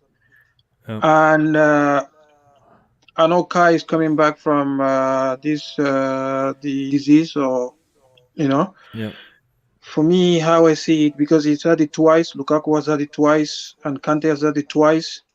So I know some people it affect them more than others. So, but Kai and Lukaku up front, it gives them different questions because we can cross the ball. If we cannot go through on the floor, we can go through the air because they both can head the ball. And the reason why I didn't choose Werner is he looked tired. when he came on against Man City. After 2 minutes, he couldn't run properly. I just feel like he looked tired. I think he's not there yet after coming back from the illness. So that's why I don't think it's a good idea to start somebody who looked tired already and to start him so quick. And Mount, as much as Mount is still not the Mount we know last year, but still he will give you something different, which is his work rate and no, I didn't. I'm talking. I'll see you later, okay? All right. MDT. Sorry about that. Listen, take your time. We're good. Take your time. Yeah. So yep. Sorry, with the midfielders, I think Jorginho is a wonderful player, very, very effective in our team in certain games, but we have to learn how to play quick without always being in control. Quick transition. So, yeah, we have to learn how to do that because this control thing, I'm not going to lie to you, teams have found us out because they know all we care about is control. We don't care about playing quick or whatever. We care too much about control. With Kova and Kante, it gives us more of we can do both, which is better. Yeah. So that's my reason for this lineup. All right, sweet. Gabriel, you have 5 minutes. You got 5 minutes to post your lineup to me on Twitter, and I will discuss it. So post it to me on Twitter as a foothead squad builder, and I will discuss it. That's a good shot by MDT, though. I guess gotta say, like the idea that we have to start showing teams that we can move the ball quickly. I mean, the only thing I would change in that formation is I would swap Mason Mount for Callum, because if I wanted to have a quick transition to a five at the back with the Callum being on the other side, he can literally fall back, and then we'll be playing with Rudiger, Thiago Silva, and Azpilicueta as our three centre backs, with Alonso and Callum as our wing backs, and Mason Mount being as a winger on the left hand side. So that's the only switch I would have made, Callum and Mason Mount, and then that would have been perfect for me. All right, let me have a look at and again, with the quick transition, Kante, Kovačić, spot on, fantastic. Let's have a look at Ilias. Ilias's lineup. Where is it? There we go. Let me see what Ilias has. Oh, Ilias is going old school-ish. It's interesting. It's an interesting lineup. Lads, I want you guys to discuss this lineup with me, because Ilias is not here to discuss it with us. All right, so Ilias has gone for a 5-3-2 formation, which isn't one we've seen a lot from Tuchel, to be fair. He has played it. Tuchel has played it, but not that often. What do you guys think of the formation? The lineup? Yeah, I don't think Tuchel will play this tomorrow. There's a couple things here. There's a couple things. Go on. Five at the back, a true five at the back, because you have five defenders out there, right? And then you also have Jorginho, who doesn't really offer anything in the final third. So that's basically six. And I don't know. I don't know where we're gonna get who's gonna be our creative outlet. Maybe Kovačić, I guess. Maybe, I don't know. It's a tough one for me, because I think that we've shown them so much with that four at the back, and we've given them so much to think about in that setup. To switch to a five and a true five at the back with the five defenders.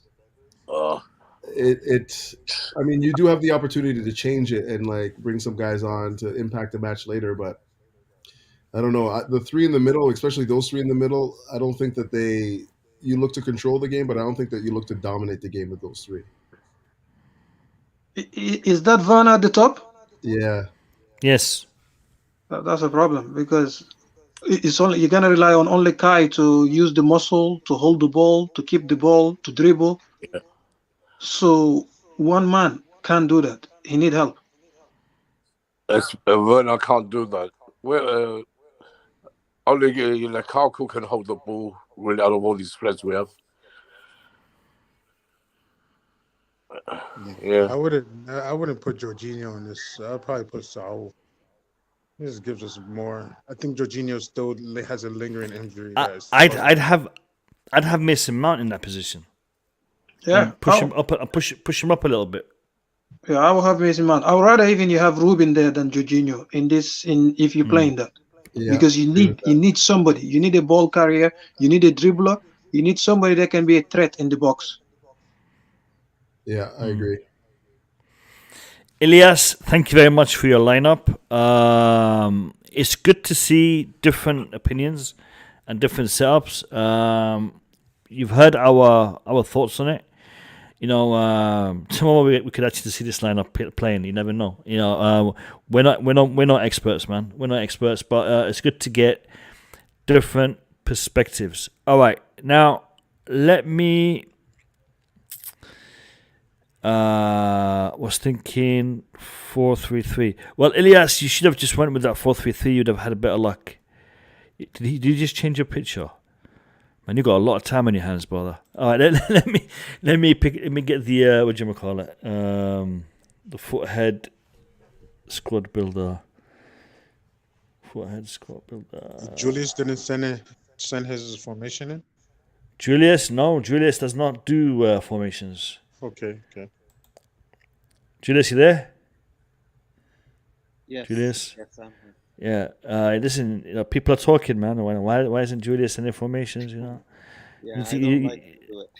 I know. I know. All right, lads. What formation do you think we were playing? I mean, I saw a lot of 4-4-2 variations. So let's go with the standard 4-4-2. Let me just take some of these players off. I saw a lot of Lukaku, Havertz, so we'll put that up there. I'm not sharing my screen. I'm going to share my screen so you guys can see what I'm doing. I just want to say one thing more. Yeah, go ahead. I hope Callum or somebody close to him is watching or listening. Can you tell the kid to play his football, to stop being scared? Can he just play football?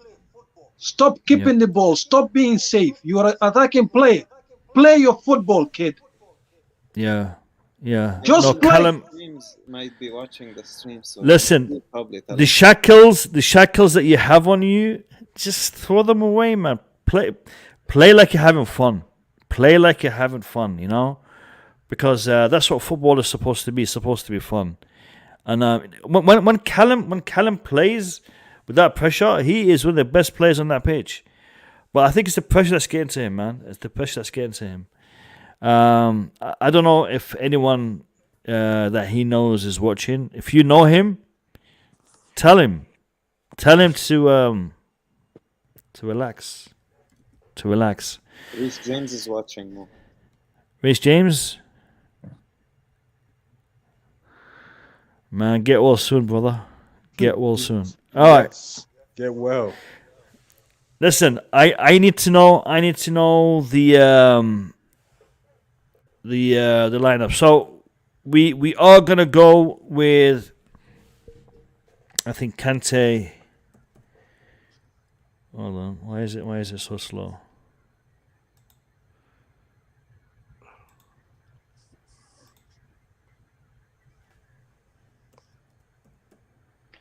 I've been missing for a while. Has Boogeyman scout anybody new for Chelsea yet? Yeah, Boogeyman's been missing, man. He's been missing in action. He comes on for 2 minutes and then. Didn't you hear FTT? We picked up Dylan Williams for left back. Oh, you know what? The thing is, I just don't want to say anything because you know me. I'm very diplomatic when it comes to a situation like that. But you know, I'm hearing that Canadian dude might be coming. Jonathan David? Yep. The striker? Yep. I don't know. Yeah, but I like him. Roger. Yeah, but I like him. But let me say one thing more. If we don't sort out the way we attack, it doesn't matter who we bring in. We have to sort it out. It doesn't matter. Jonathan Davis is a good player, but if we don't change with the way we play, he's gonna suffer like anybody else because he has runners around him. What would you change? What would you change, MDT? Like I said, we need powerful players, powerful runners, with and without the ball. That's what we need around strikers.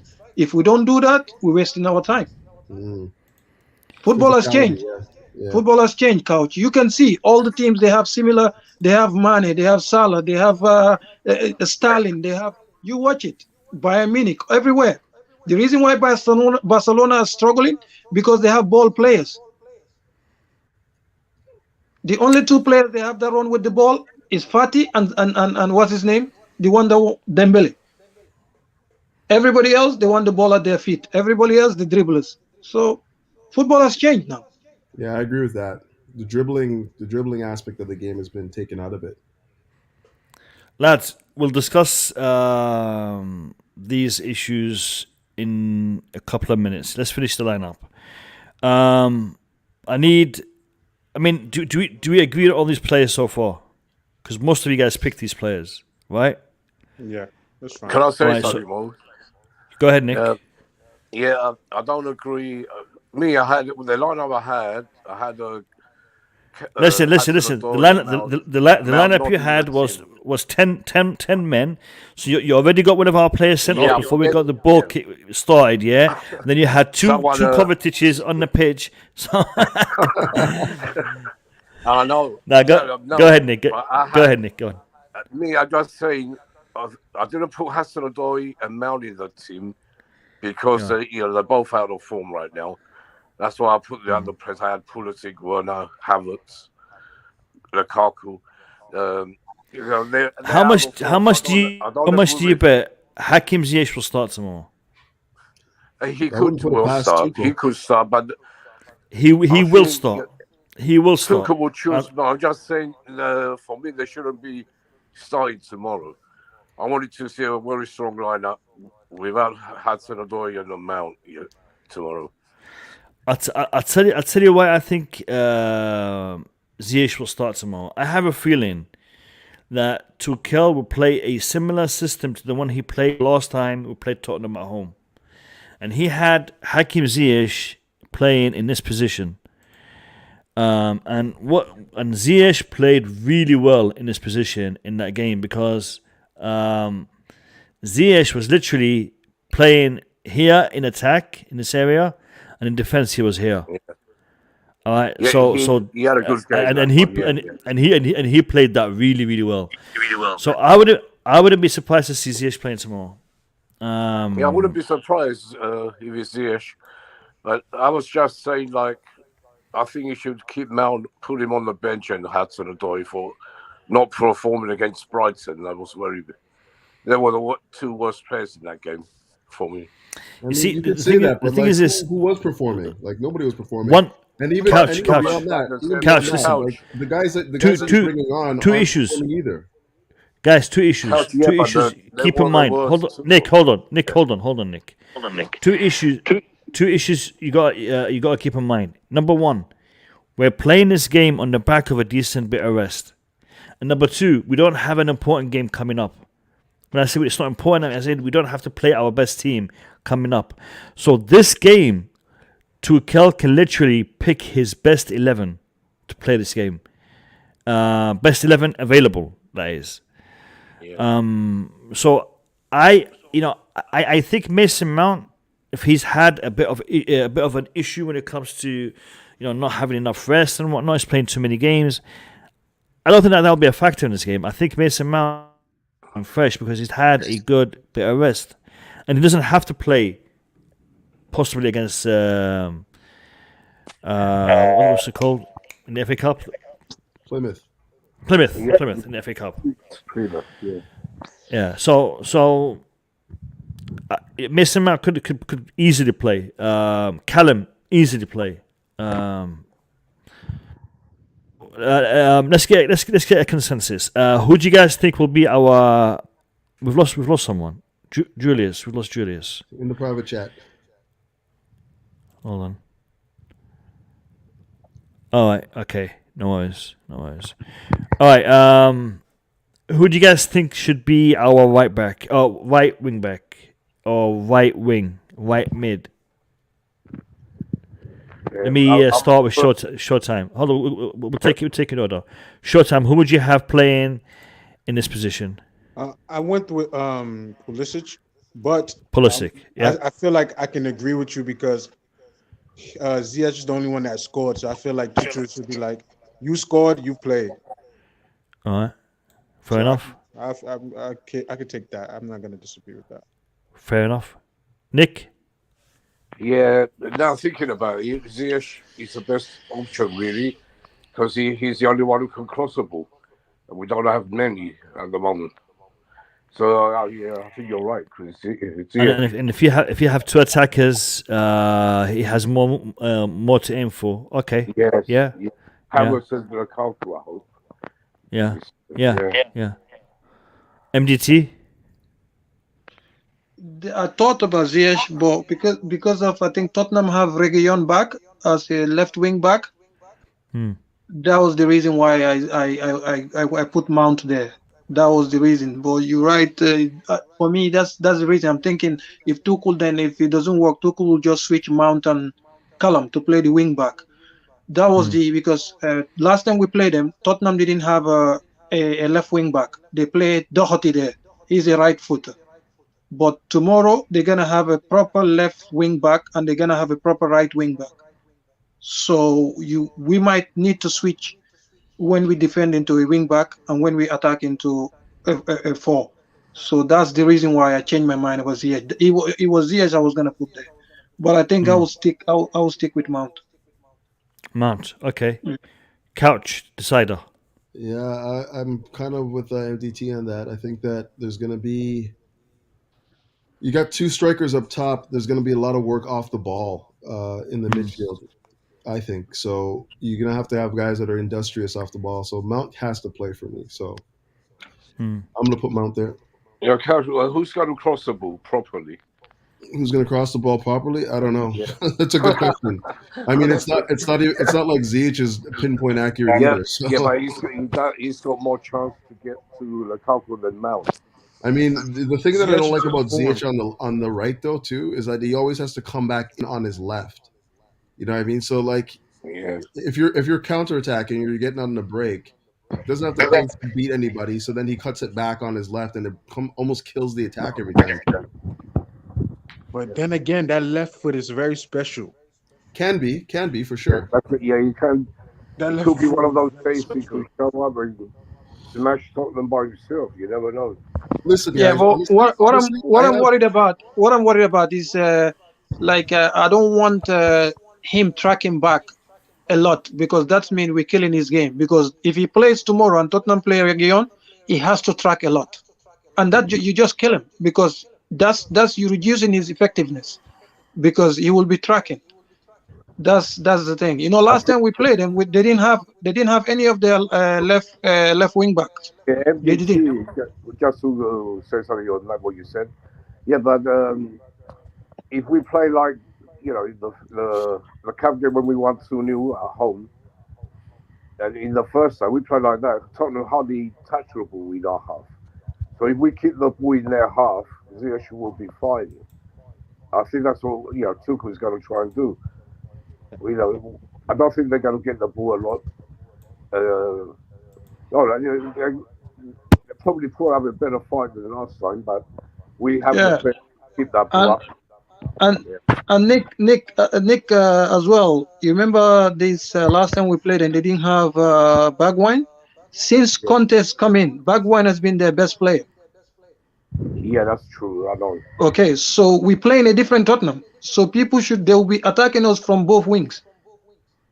They'll actually have defenders too, because Dyer is going to be back too. He's there too. Yeah, so it's not the same Tottenham we played. It's not the same. Dyer can only score on goals. So it's also the Ziyech that we're going to get. Are we going to get the Ziyech that played during the City match? Or are we going to get the Ziyech that played, that's the best in his ability? Like when he scored the goal. I'm not saying he was the best during the Brian game, but he showed more of a need, or he wanted to play more during the Brighton match. So, I mean, yeah. What about the Brother match? I think that's where he has to start. Nothing. Yeah. You know what it is? You know what it is for me? I don't care who plays in those positions because nobody's been good. I'm just going to be honest there. But the thing that I think is important with having a Mason Mount there is just the fact that he gets up for these games. He gets up for these games like most people don't. So I think that that little bit of the intangible edge might be the reason why he plays. I'm gonna have to interrupt you, Couch. Go ahead. We have a special, extra special, super special guest coming onto the stream. Oh my It God! better not be Boogie. Hey, listen. This guest is so special. Oh my God! Here we go. All right, 3, 2, 1. Oh gosh. Yo. Le miserable. Where have you been, man? Where have you been? Haters were going to hate anyway. I was with my father-in-law, man. You already know all those things that come in without any proper scheduling is always my father-in-law. Welcome.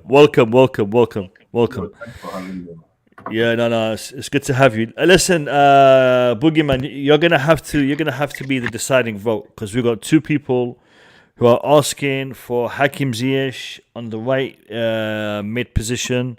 Two people asking for Mason Mount in the right mid position. I was actually going to choose one, but since you're here, you can be the deciding vote. Who would you have in the right wing position? I'm gonna make the case as per MDT and Couch, and as per Showtime and Nick Blue. You see, Showtime Nick Blue concur with me that Ziyech would be playing as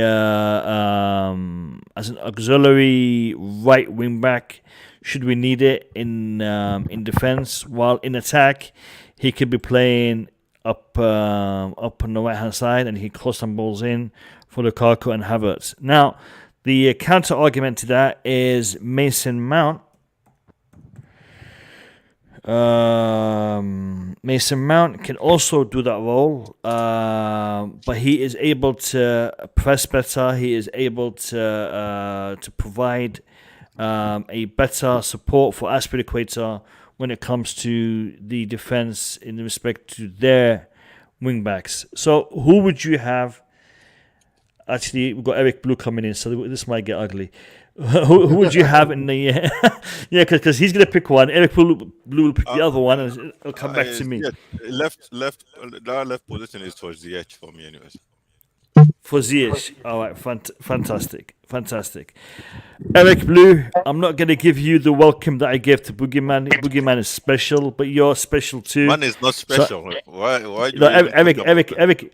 Listen, Eric Blue is more special than you, but Eric Blue doesn't do a face reveal for me, but he does it for my guests, man, and that is I don't know, it's a weird one, man. The other night I'm like, Eric Blue, man, not for me, but for Monster, you switching your camera. Welcome, Eric. How are you, man? It's good to have you on the stream. Thanks for having me. My pleasure, brother. I saw Boogeyman coming in, and I thought I had to join. I had to join as well. Had to jump in. Listen, Eric, we have Boogeyman, Showtime, and Nick going for Hakim Ziyech on the right. I've got Couch Critic and MDT going for Mason Mount on the right. So you can either go for Hakim Ziyech and that would finish the dilemma, or you can go for Mason Mount and the dilemma continues. So who do you want on the right? It has to be Mount. Dilemma continues. Yeah. Dilemma continues. Oh boy. On the right? I got Eric Blue on the right. Mason Mount? Okay. Yeah. All right. Well, I'm sorry, but I have to go for Hakim Ziyech. There's a big surprise. A massive surprise, right? Massive surprise. I mean, since I suggested it, I'm not gonna go against my own suggestion. Hakim Ziyech is. It's for the best. Yeah. Now the right back, we've got a couple of options. We got left back. My bad. Left back. We got a couple of options. We got Malang Sarr, Marcos Alonso, or even Hall. Let me hear it. Did you hear anything from the Brazilian kid? Kennedy. Yeah. Did he say anything about him? No. Okay. And actually, nobody asked him nothing in the press conference as well, which is a weird one because expected somebody to mention it, and nobody did. But he did say that whoever's available for the last match will be available for this match, and Kennedy wasn't available for the last match, so we all should assume that he won't be available for this. And I'm just trying to figure out why he's not available yet. I'm getting really showtime. Was he in training? Was he in training? There's pictures of him in training. He's training, but I think he's training separately. But people forgot this. Kennedy had the disease, I think, a couple of times in Brazil. He's been ill. He's been whatever. Right. So he has fitness issues. So that's what I keep saying. They're building his fitness right now. Even if he's available, he's gonna sit on the bench. I don't think he's ready to play. I'll be surprised. Even beyond that, it's a tactical awareness, man. Like you have to know what Tuchel wants, and that doesn't happen in a week. Look what he did with Chilwell. That's going to take a while. Plus another thing, Couch. I'm sure he's going to go for Alonso, guarantee, because the experience. He's got one of his best team out here. Just for the experience, it's going to be Alonso, especially against Plymouth. Yeah, you will see Kennedy against Plymouth. Maybe I can't see. Yeah, Kennedy will play against Plymouth, and I can see Stuart Hall on the bench. And if Alonso doesn't perform, then he might bring him on. We don't know.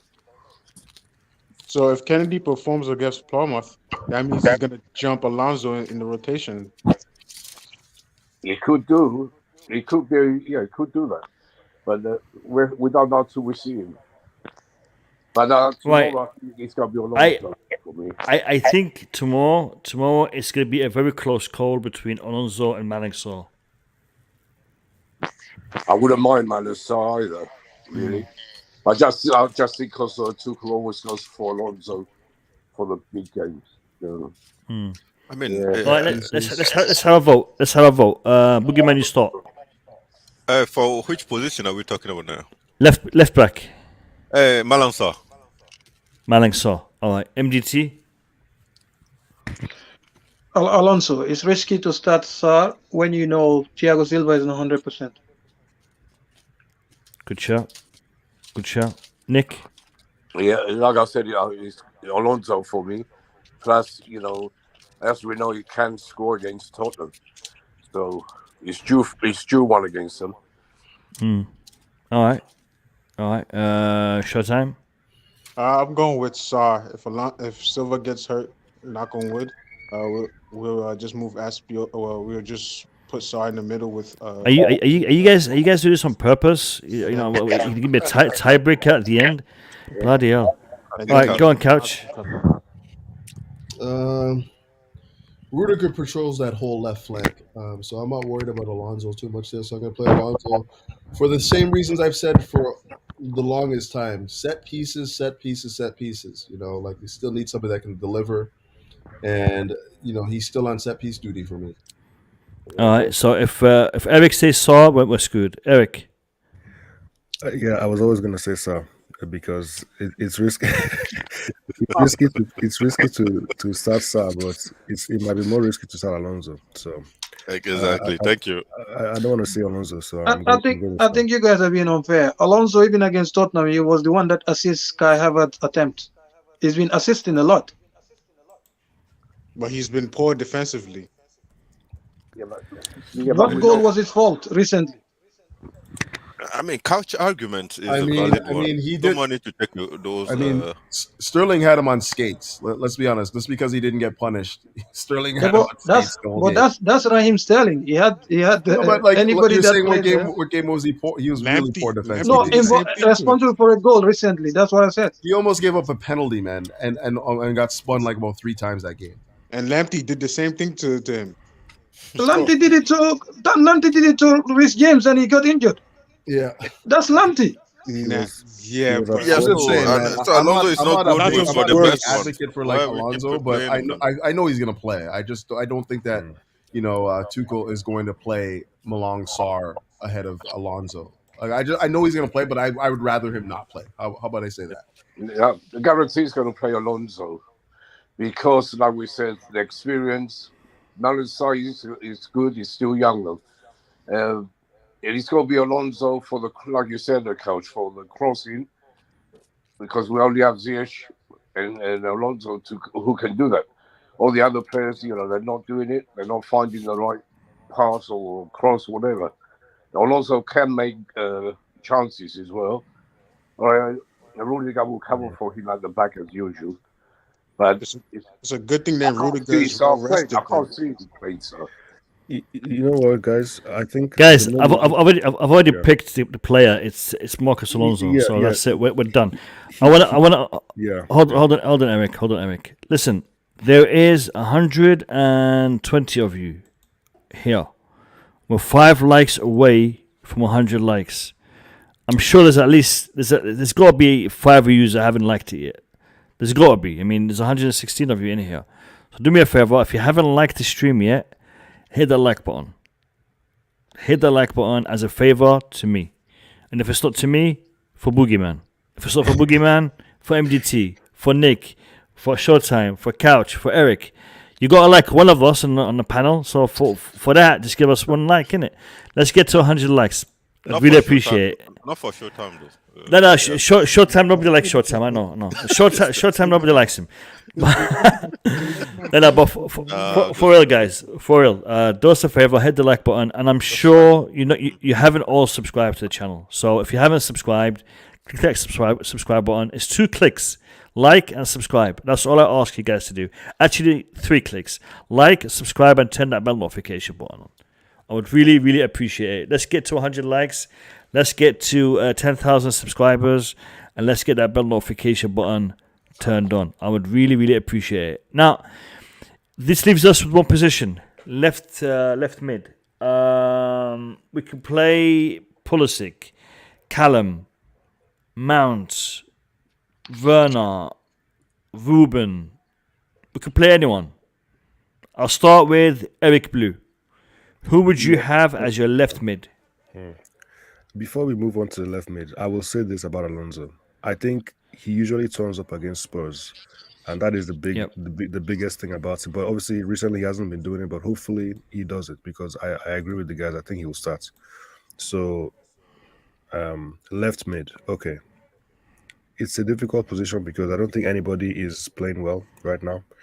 I mean, I know you picked... to be fair, most of our attacking players aren't playing well, so... maybe Callum would be the option there. I'm really struggling on that one. I don't think nobody should is an obvious pick for that position. I'll just go with Callum. I think most of the guys had Callum in that position in the particular lineups. Okay, Couch. I can't even remember who I chose, but it could easily be Pulisic. I think he had Pulisic. Did I? I think I could go Pulisic or Cho easy. Like I think he has Callum or Mount. I think so. He has Callum. No, he had Mount on the right hand side. I remember he had Mount on the right hand side. I mean, I'm the swing. I can be the swing vote on this one. So just let somebody else pick. All right, Showtime. I have Pulisic on the right, so I'll probably put Pulisic on the left. Okay, Nick. Yeah, I think it's very hard for Mount or Pulisic. It's very hard to choose between the two. Because I think it will. I'm going to say what Tuchel would do, so it's going to be Mount. Mount, okay. MDT. I don't see anyhow Mount will be benched because Mount will play. I don't know where, but he will play definitely. So I'll go for Mount. All right, Boogie. Mount deserved that position. I don't know why people are doubting Mount. That's his position. Where are we gonna get pace from, man? Pace. We have a 3-player with offensive minded. Like Pace. And legs. There's no legs in this team. Yeah, but what's the 0 point of legs. Callum running and not doing anything with the ball in close to the box? He doesn't do anything with it. What does that Neither pace does need? We Mount, don't to need be it. honest. We're not We gonna don't need put the someone picture that run on with the half ball, of turn around, and bring it back home. Let's What keep it what are we 100 doing though. with it? Let's keep it 100 though. Mount's in the exact same position. They're all doing the same thing. Yeah, but at least Mount walk right in the middle. Winning the ball back is way better than any of them. So I will take Mount over Cho and over Pulisic any day. Yeah, I mean, well, I Ziyech, wouldn't that say any day, position but I is hear just you. Ziyech it's just designed for Ziyech. He needs to do something with it. He needs to do some. That's why he's there. But other than that, the other one, if you put Mount, it should not be a discussion. None of them are scoring. At least one is running and chasing the ball. Is Mount. So we put him No, there. You see, I could see Mount in that position, but they would have to change Havertz to Timo Werner. I think Havertz is going to start tomorrow. Me, I had all three of them. I had Werner, Lukaku, and Havertz up front, different formation, but we don't know. But I was going to say about Pulisic. Pulisic, I think he'll be on the bench and he'll be a good substitute to come on. He plays, as we know, he plays better when he comes on, usually. Not from the start. Yeah. One second, boys. I want to check something. I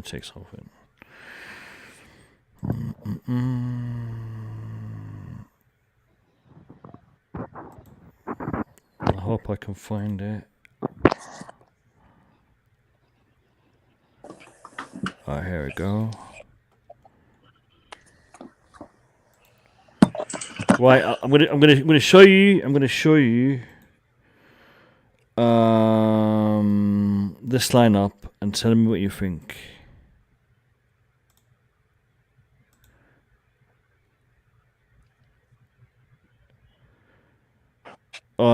The player you can't see is Kepa. He's the only one you can't see.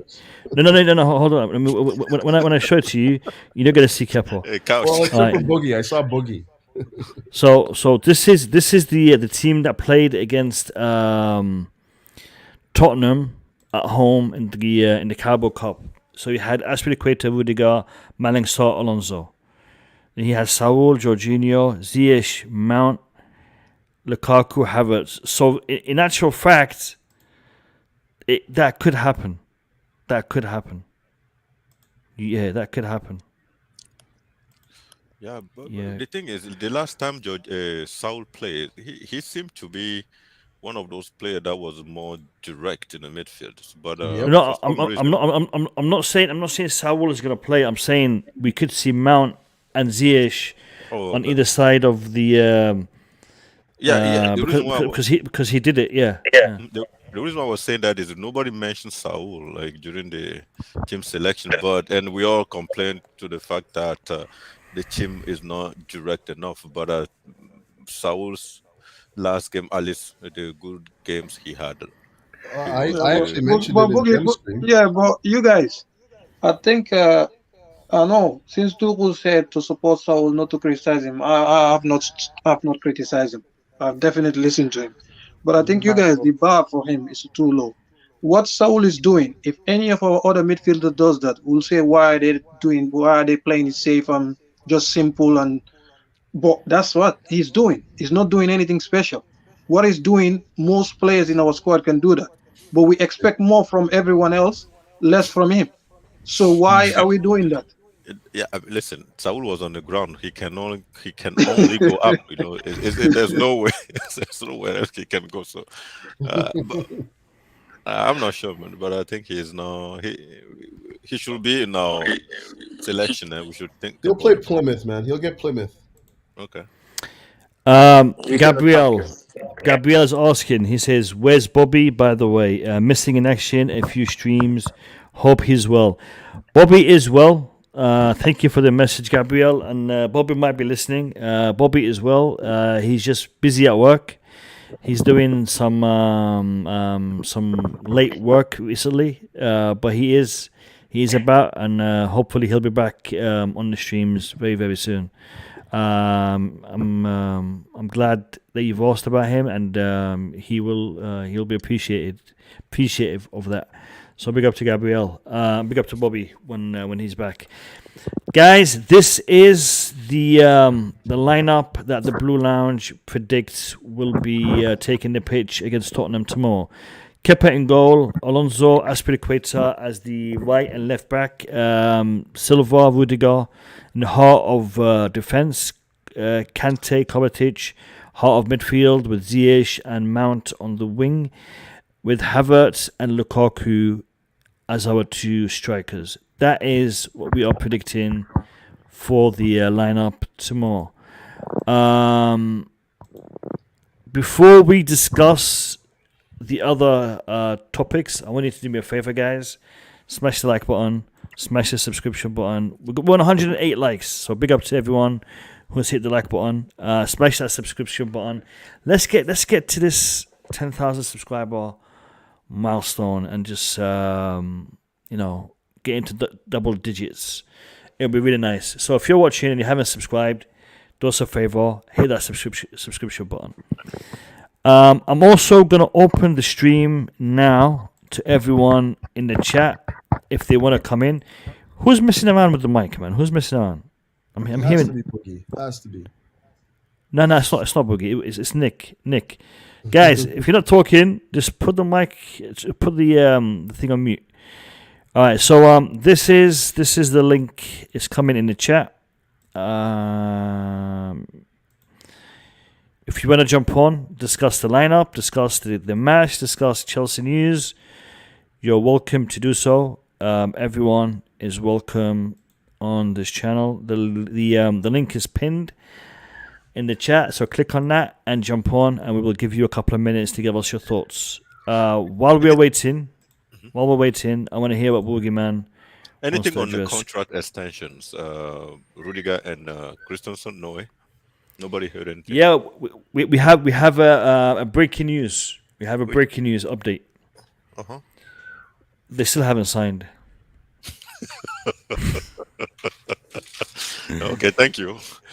Who was it? Rudiger had some good things to say in the media, though, which is encouraging. Yes. Fantastic. So, he's Go ahead, committed Coach. to the club. He just said that he's committed to the club and whatnot. Is just the negotiation is occurring between him or his people and the club. So, not really with him. It hasn't really affected his mentality on the pitch. So these are all good things to hear. It means that he's still here. He's still committed to being here. He's not have his head he hasn't had his head turned yet, which is good. Yeah, Marina's listening, so she's gonna get it done. Just have a little trust in what she can do. I believe she's gonna.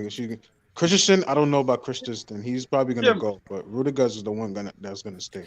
Yeah, but this is what I keep saying from Eric, because they have an idea what the finances were, but they wouldn't have made a decision until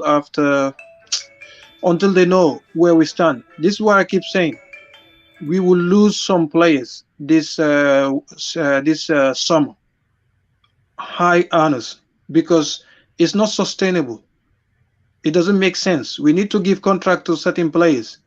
Those high earners, some of them had to go, because that's the only way you can run the club properly. If you're delivering, it's fine, but you can't be a high earner for 2-3 years or whatever, and you're on the book. You have to. That's the way, because not only Rudiger will be offered. I believe that come end of season, Chelsea will offer him. But for Chelsea financially, it makes sense to sign Rudiger as late as possible. That makes more financial sense. So MDT, you're saying somebody has to leave. Who are you envisioning on higher wages that's going to leave? I believe if Chelsea have offer for any player on high wages, they will sell. What do you consider high wages, though?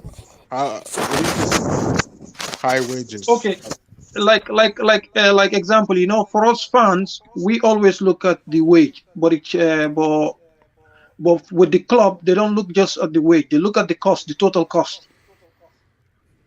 That's what they look at. I'm gonna have to interrupt you guys. As this is the segment for the people in the chat, and I've got a couple of people already on. So I'll give her a couple of minutes, and then we can go back to these topics. First person, Ilias, where did you go? Ilias, come back in, man. Come back in, Ilias. First person is going to be Gabriel. Gabriel, big up to you. Welcome to the stream. Give me your thoughts and opinions, mate. Hi, brothers. Yeah. Hello, Gabriel. Brother. Welcome back. It's been a while. Thank you. Been a minute. Thank you. I was in the sin bin for a while, so. In the what? In the sin bin. What, DT? The same sort of sin bin as DT? No, sin bin is a rugby terminology. How are you doing, Gabriel? Yeah, yeah, good, brother, good. I'll be honest. I'm gonna maybe dampen the mood a bit. I can't see anything more than a draw. Gabriel, it was nice having you. It was nice having you on the stream. Hope to see you again. Go on. Look, think about it. The drama. Think about the drama, the build-up. You know, Conte, Tuchel, Chelsea in the mud, injuries. You know, we beat them 3 times this season. 3 times. Just when we need to win. Just when we need to win. It's 3. Okay. We're not going to win. Do you really think Conte is going to not figure out a way to at least draw, albeit at the bridge, despite them winning once in what I forget the stats, once in 29 years or something silly like that. So obviously I want to win, and I hope I'm wrong, but I just can't. I just think it's going to be one of those sort of scrappy, sort of bore draw type of games. I mean, it's hard not to see that based on the fact that that's all we've been doing the last month and a half, really. So I hear you. But in the Premier League, I just feel like Tottenham Chelsea is a different kind of game, and the intensity of this match is going to be high. You know, it's not going to be this labored sideways this, sideways that. It's going to be on the supporters. I think the supporters are going to get the players up for this game, and I think that this is a big one on the calendar. So. I'm hoping you're wrong, and I'm feeling like you're wrong for this one. Yeah, Gabriel. I hope I'm wrong. I'm wrong. But I just yeah. Go on, Boogie. I just want to add something, and at the same time ask you a question. Depending of the team selections, Couch say it is a Chelsea and Tottenham game, and normally that game, the energy, that game in itself is a boost, or it should give any Chelsea player the desire to be at top and just play at 100%. Doesn't need too much of motivation. The game itself is a motivation. So based on that, don't you think people that really understand the how do I say, the adversity we have against Tottenham, don't you think a player in our group like Mount that really understand they should be starting that game? Like I don't think Pulisic understand it that much, or deep rooted into understanding what the rivalry or problem between Tottenham and Chelsea. So if the game we play against City was without energy, I think for us to get Tottenham game to go to Tottenham game with a high energy, we need to play players that actually understand the rivalry and how it is deep rooted. Like how we hate them, not hate them, but not hate them. You know what I mean? We hate them. We hate them. We hate them. Okay, you can say it. Don't you think normally players that were grown in London now, that where Chelsea since small age should be playing that game? Like at least they will understand. They will have the motivation to go up. Anyway, hold on. Play well against Tottenham. Hold on. Before Gabriel responds, I just want to let you guys know this is the time for the people in the chat to come on and give us their thoughts and opinions. Without us interjecting, because I've literally got a long queue of people that are trying to get on. Guys, if you're trying to get on and you can't get on, wait for one of these guys to come off and then try again, because right now it's full. So once one of these guys goes off, I'll rotate you with one of them. So Gabriel, you can respond to Boogeyman. Does it require you to be part of the London-based players to be able to have the heart and the desire to win this derby game, or is that going to play a big factor? It's a romantic factor, isn't it? Yeah. But at the end of the day, we know Mount, he hasn't been on great form because of fatigue and whatnot. But I can't see Conte coming back to the bridge, losing the game. I can't see it with Mount, with obviously what other sort of homegrown players are going to play that know the rivalry of the past. There's not many. So I don't... Yeah, I mean, you know, they lost 2-0 I think Chelsea will last play time. well. Yeah. Yeah. No, I think Chelsea will play well, but I just think it's going to be one of those sort of games that it's going to be a tighter game than probably we saw in the Carabao Cup games. Sure. Yeah. Sure. So we could lose it, we could win it, but my hunch is it's going to be a draw. So I'll leave here and peace up, brothers, and I'll let the next brother come on. Yeah. We'll see. We'll see tomorrow after the game. Peace up. Yeah. Peace up. Take care. Hopefully I'm wrong. Yeah. Yeah, no, inshallah you're wrong. Inshallah. We'll see tomorrow. We'll see tomorrow. All right. Cheers, Gabriel. Thank you for coming on. Guys, we have another slot open in the stream, so if you want to jump back on, we will take one more. Tobago, big up to you. Welcome to the stream. Let me get your thoughts on tomorrow's game, mate. Big up to everyone. How are you guys? We're good. We're doing good. How are you? How are you, Tobago? You good? We're good, Mr. Tobago. MDT. How are you doing, sir? I'm good, and you? I'm good. I'm blessed. Okay, thank you.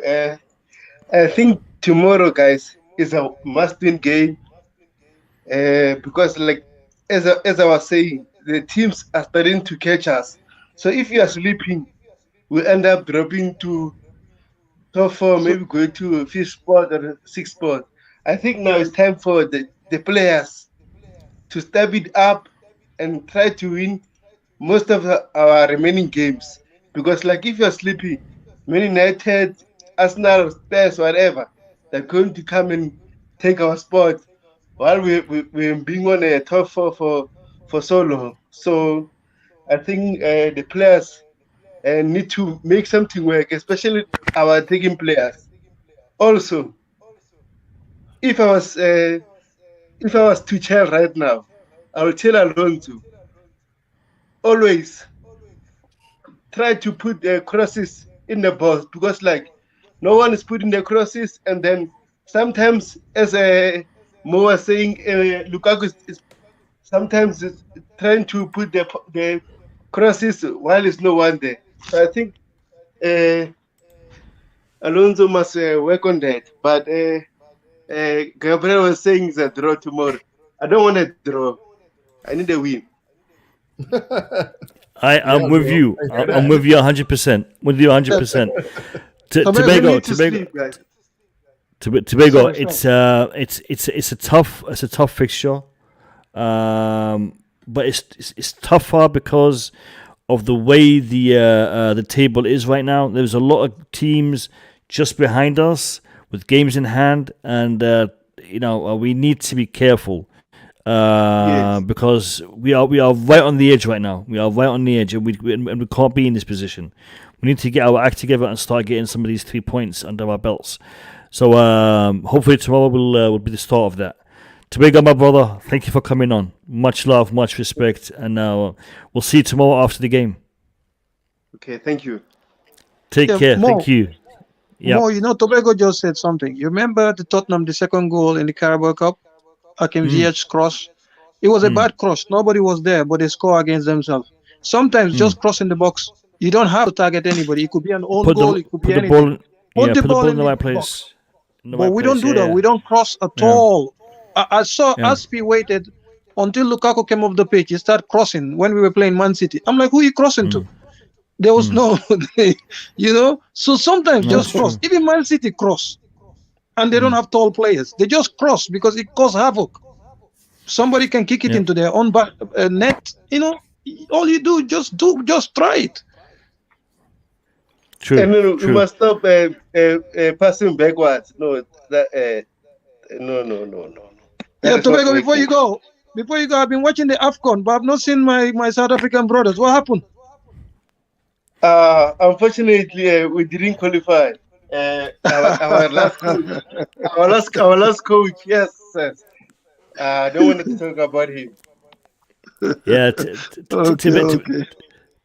Tobago, I apologize for MDT and his banter. No problem. I'm supporting Nigeria now. Yeah. Oh, sweet. Yeah. They're doing good. They're doing good. Tobago, I'll see you tomorrow after the game, brother. Take care of yourself. Have a good night. Cheers, Tobago. Thank you. Guys, we have 2 spots left in the queue. I know a couple of you were trying to get in. So if you want to come in, we'll give you the opportunity. I have with us Andreas Ibrahim. This is his first time talking to us. So Elias, welcome. Good to have you on, my man. Hi, how are you guys? We're good, Elias. Elias, don't put the mic too close to your mouth because the audio is not clear. All right. How are you? Yeah, I'm fine. Tell us what your thoughts are on tomorrow's game. What? Tell us what your thoughts are on tomorrow's game. How do you think the game is going to pan out tomorrow? We're gonna win not 1-0, and because our attack is not good enough. We are going to win, or we're not going to win? Did you say? I didn't quite hear that. We're going to win. We're going to win 1-0. All right, cool. Yeah. Cool. Who do you think is going to score?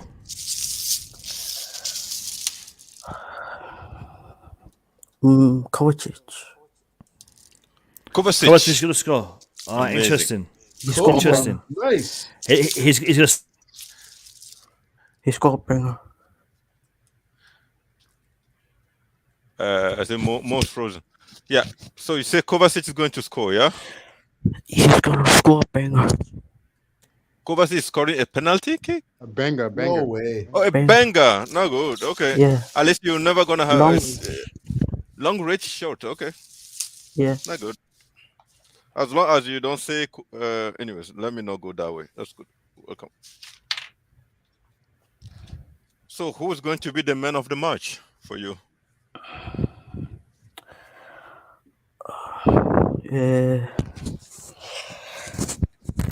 Rudiger.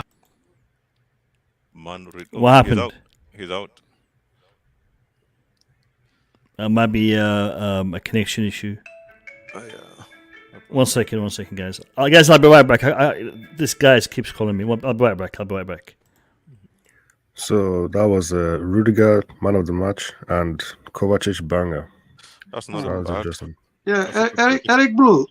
I watch you guys on HH stream before the Nations Cup start. I've not watched streams in a while. He was going off on Nigeria. Have some of you guys apologized for being slagging them off before the tournament start? I wasn't one.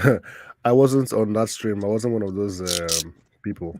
To be fair, I think worry about that when we carry the cup back to Nigeria. Then look, guys, I'm not okay. I wasn't one of those people who was overly negative, but at the same time, I wasn't exactly expecting everything. I wasn't expecting the world, so it's so far so good. I won't.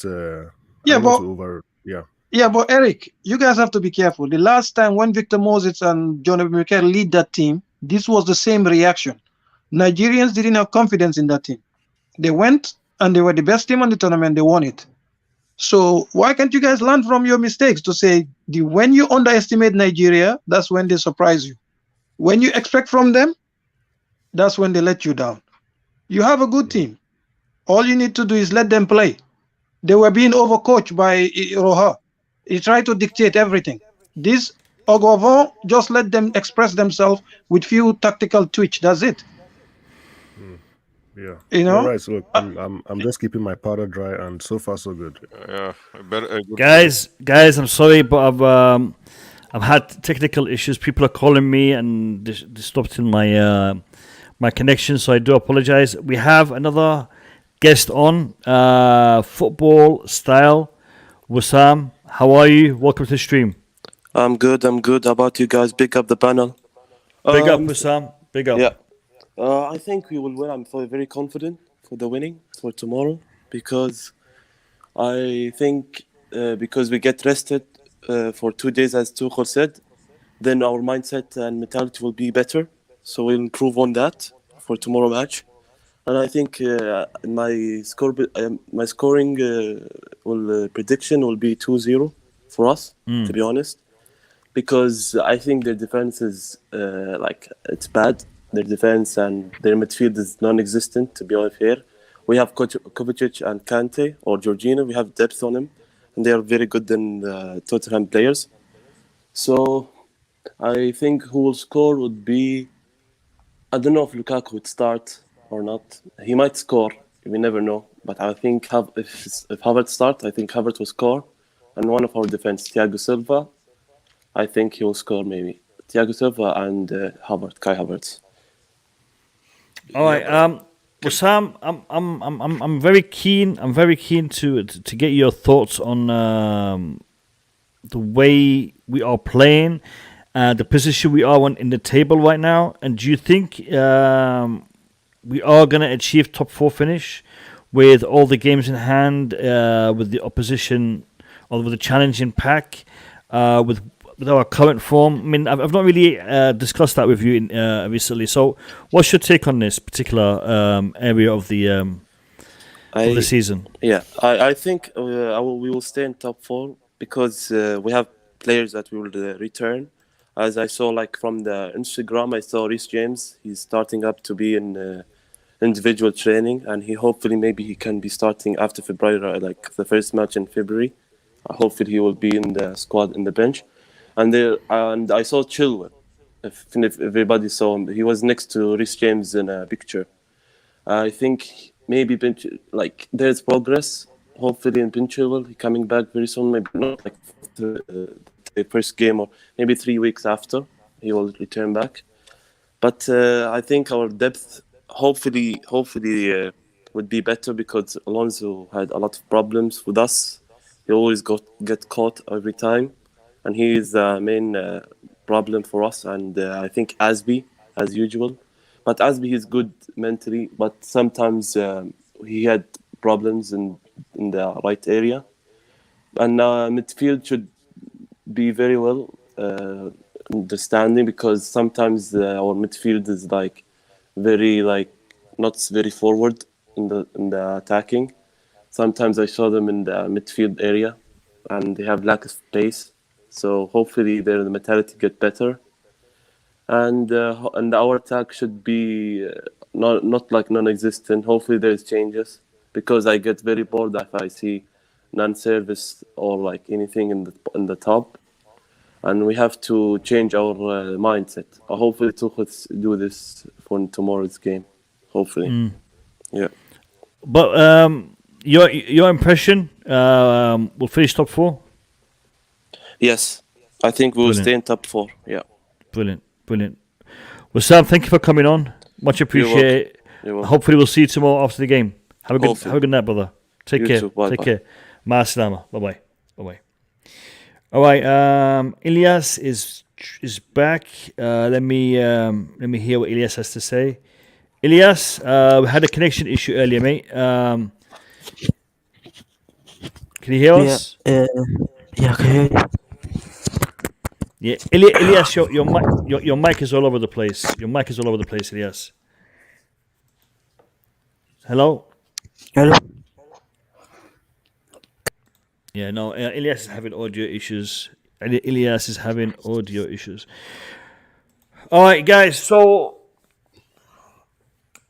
the final point that I spoke with Wissam about is the point I want to address with you guys.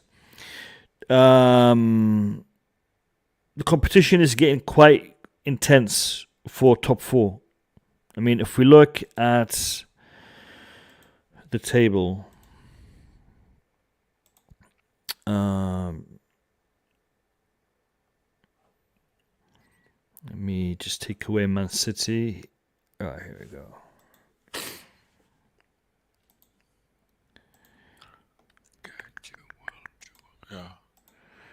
Okay, so right now, Liverpool are on 45 with 2 games in hand.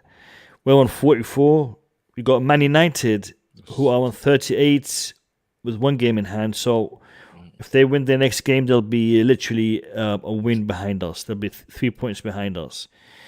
Then you got Tottenham, who we're playing. They literally have 4 games in hand on us. In theory, you know, they're challenging for top 4.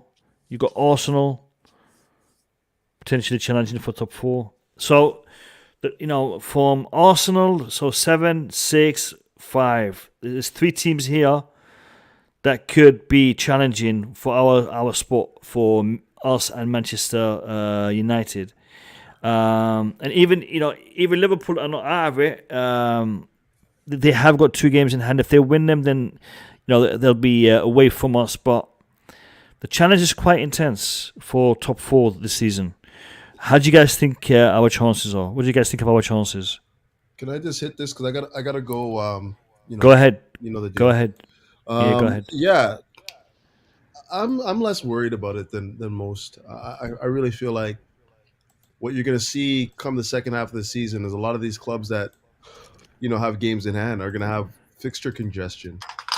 At the business end of the season, and we say that Chelsea doesn't have the depth of squad to deal with like fixture congestion. You think that Tottenham does? You think that the same thing could be said for West Ham? Or I guess they don't have any fixtures to worry about, like Arsenal, for instance.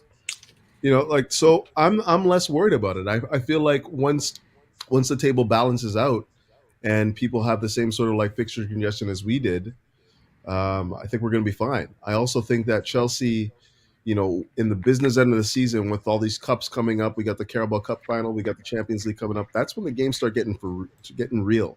And I feel like that we still have the right mentality to deliver top performances under Thomas Tuchel when those games start getting real again. So I'm less concerned about top 4. I'm more concerned about like what we're going to be doing in some of these cup finals. Like this Carabao Cup, the Club World Cup, and whatever else we can get our hands on at this point. As far as top 4 goals, I don't think that obviously you have to look at the table and worry about it, but at the same time, if you know what we have in this squad and the mentality within the squad, Champions League winners, then that we have the quality to stave off any challenge at this point. I mean, we're sitting 3rd right now, and it's going to take a feat for any of these teams to leapfrog us right now, as far as I'm concerned, at least. You're muted, bud. I was just said thank you, Couch. It's a good analysis of the situation. If you gotta go, you gotta go. But you better be back tomorrow. I mean, tomorrow we're gonna be streaming at 7 p.m. because of the game 4:30 p.m. So I'm guessing we'll let the game finish and then take a little break, and then we'll start our stream on the regular time of 7 p.m. So hopefully I'll see you then. All right, take care, Couch. Big up, fellas. We'll talk soon. Big up. Take care, brother. Cheers. See you soon. What's your take, guys? You've seen the table. You know the situation. Can I start, Mo? Go ahead. Yeah. Me, I said before the beginning of the season, I predicted, I thought it'd be City, Chelsea, Liverpool, United, and it's going that way. And I still think we can finish second above Liverpool if we start turning the things around. And it has to start tomorrow. If we get a good win, a good performance and a good win tomorrow, it could bring, we could have our season back. And, the players, they'll have to be up for it now with the cup final places at stake. They're going to want to play, perform to be in that final. So this is a great game tomorrow to prove, who we are. No draw business, like some people were saying. We can't afford to get another draw. We've had too many. So it's a win-win, and I have full confidence still we're going to finish second. Full confidence. All right. We're going to finish ahead of Liverpool? Why not? If we start winning our games at Liverpool, they ain't going to win every single game left. You know, we can finish above them. All right. Fair enough. Let me hear from Eric. Yeah, I agree with what the guy said. I think we can get top 4. I don't think we should be concerned about it. I think it will happen 100%. I'm not really worried. I'm not worried about top 4. I agree with what Nick said. We can get second place, but it's up to us, right? We have to improve. The second half of the season has to be better than the first. We dropped a lot of points first 19 games, so hopefully we improve from that. The players need some confidence, so I think the League Cup is huge. If we win that cup, that would help us for the rest of the season. So top 4 is not a concern for me. All right. Showtime? Yeah, I agree with the guys, man. Top 4 is not really much of a concern as of right now. I just feel like it's match by match. So tomorrow's match, then the FA Cup match, how we progress is where we're keen on.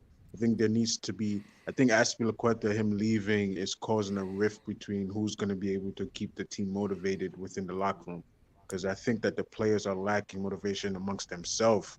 You don't see nobody picking each other up no more. You don't see no one leader pointing it out. You see Rudiger yelling from time to time, but we need that consistent leader in the locker room that's going to take the badge and wear it proudly. I think Azpilicueta leaving is causing a little bit of uncertainty on who's going to get the reward of the badge now. So I think that's what the guys are worried about. But top 4 is not a problem, man. We're going to win the Champions League. We're going to win the FA. We're going to win the Super Cup. We got it. You know, Marina is going to bring in some players for us. Don't worry, guys. And in Tommy Tuchel's ability, we trust, man. We know he got it. I was waiting for that. I was a short time. He hasn't mentioned Marina yet. What's going on? All right. We'll go to MDT. Let me hear it. Yeah, I'm not yet. Definitely, I don't even think about the top 4 race being difficult or is. It doesn't concern me yet. And also, people need to look at after tomorrow. We only have Arsenal and Manchester United to play, if I'm not mistaken, among the top 4 rivals. Some of them had to play 4 games within each other. Some of them 3. I think we will only have 2. So after tomorrow's game. So now what we should stop doing is being MDT, too. Yeah. I'm gonna stop you for 1 second. I'm gonna show you the fixture list up until the end of the season. So we can have a look at it. We've got Tottenham tomorrow. Then we've got Plymouth. Cup, World Club Cup. Then we've got Crystal Palace. Then we've got Champions League Cup final for Carabao Cup. We've got Burnley, Newcastle, 2 games that we should not have any problems there. You've got Norwich, Southampton, Brentford, Leeds, West Ham, Everton. So you got Man United. We've only got Man United. That is really the Arsenal. They need to fixture. Arsenal. They will rearrange the fixture. Remember, I think it was something happened. Arsenal. Yeah, have we played Arsenal? No, we haven't played Arsenal the second time yet. We have. No, we played them once. It's because we have not played them home yet. Cup no final. We haven't played at home yet. Yeah, I think the match was scheduling. Scheduling issue. We played them at home in August. We beat them 2-0, and that was. We have played them twice. No, we played them away from home in August. It was at the Emirates. Yeah, and then we played them at home. That's away. That's away from home. This is the 2-0 away from home. Sorry. No, you're talking about that's a friendly. That's the friendly. The friendly we beat them on Tottenham. Since Lukaku bullied them, we haven't played them in the league anymore. Is that what you guys saying? Yeah, we have not played them yet. We've got one more fixture. We've got one more fixture that's not on this list, and that's Arsenal. Yeah. So you see, after tomorrow, we only have 2 game matches against our top 4 rival. So that if you compare them, they have to play each other. I think Arsenal have only played City twice, and Liverpool. No, they've not even played Liverpool yet. So Arsenal have only played City twice. So they have to play Chelsea. They have to play Manchester United. They have to play, I think, Liverpool and Tottenham. So I think even West Ham, they've not played them yet twice. So all the team that Arsenal need to play are teams that they are direct rivals with. And then Manchester United are in the similar boat. I don't think they've even played a single team yet from the top. No, they've not played them second time around. No, not a single one yet. So these are the things. We are in a position there. If we don't increase our, I think we should increase the gap.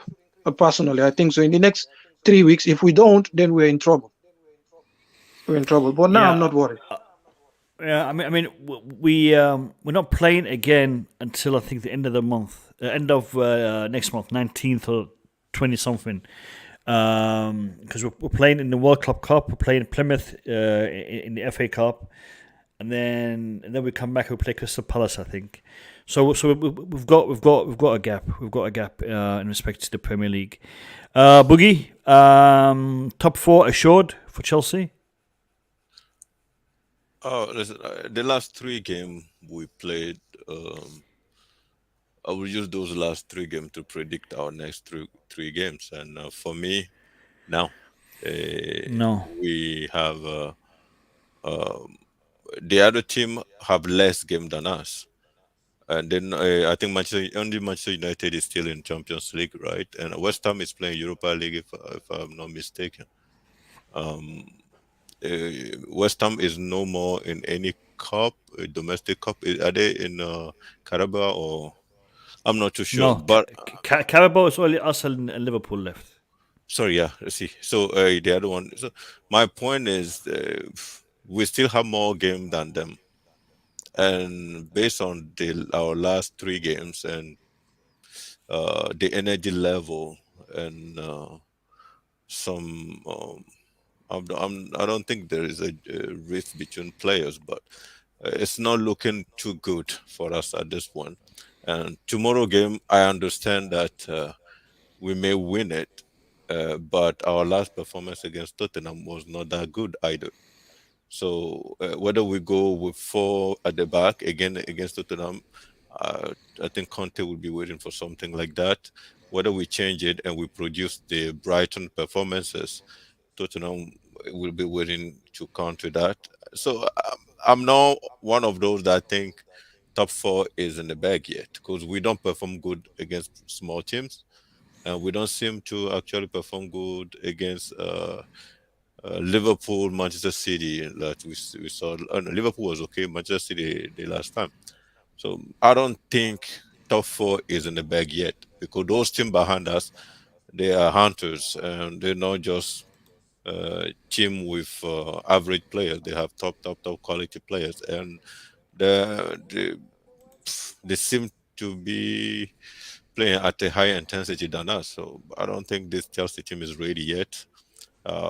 Tomorrow result perform. I think next tomorrow is a mass, and I will add to that the performance level, the quality of the performance will determine whether or not those 2 days off we had has bring anything to the team or not. Because if we come out tomorrow against Tottenham, we win the game, but with some weird performances where players are not listening to each other, they're not talking, they can't even look at each other in the eyes. It's crazy. We need to get our old Chelsea back, where we perform, we run team down the first half, the second half we destroy them. So if we cannot reach that level of performance, the top 4 will be a problem this season. I just don't understand why people are saying they don't really worry about top 4. We all should be worried. And someone said he see Chelsea can finish second. That guy's dreaming. I don't know what he saw in the last 3 games that make him think that Chelsea can finish second. Yeah, It doesn't make any sense. Boogie, I said that, but Yeah, I'm sure that's what I predicted before the end of the start of the season. But I still think we can finish above Liverpool. I have, if we turn it around, that's what I'm saying. It can easily go the wrong way, but we have to turn this around. And if we do, we're better than Liverpool. Nick, I think the way it's shaping up with the fixtures we have, with the level of opposition we have, I think, like MDT said, we really only have two strong opposition, and I say strong as in comparison to the rest, and that's Arsenal and Manchester United. While the other games, in theory, they should be winnable quite convincingly. The only factors that I would add to that is the Champions League fixtures. How far do we go in the Champions League? That would be the only factor that I can see affecting our Premier League results, because we should, in theory, have a good one through to the end of the season. Would we finish top four? I think we will finish top four. I think we have it within us. I want to see us finish second, if not first. If Man City start to lose points and things go pear-shaped for them, the title race could be interesting towards the end of the season. Not likely. Listen, if Nick is allowed to dream, so can I. All right, we can both dream. We can both dream. It costs nothing to dream, is it? No, and also, let me just add this, Boogie, this MDT, for you. MDT, Do you know Liverpool? Wait 1 second. I'm not dreaming. No, I'm not. I'm supporting you. I'm just saying it costs nothing to dream, which I'm dreaming too. Liverpool. We showed when we played them in the league, and in the when we played them in the league, and twice, we're better than them. So, and the teams we have to play, like Mo said, we should be winning every single game. Really. I agree with you. I agree with you. That's what I'm saying. It costs nothing to dream, because I'm dreaming too. So, but Boogie, do you know Liverpool have only played us in the second round of the fixtures? They need to play the Manchester club. They need to play the two not London clubs. So when you look at the fixtures, it favors us. So it's up to us to rest and get our energy level back, because all the other teams, apart from City, they've not rest. Look at City today. You see what happened? They were lethargic because it's catching up with them, even though they have a bigger squad. Southampton have rest longer than them. So this is a problem in the league. It's not fair this season. What's going on?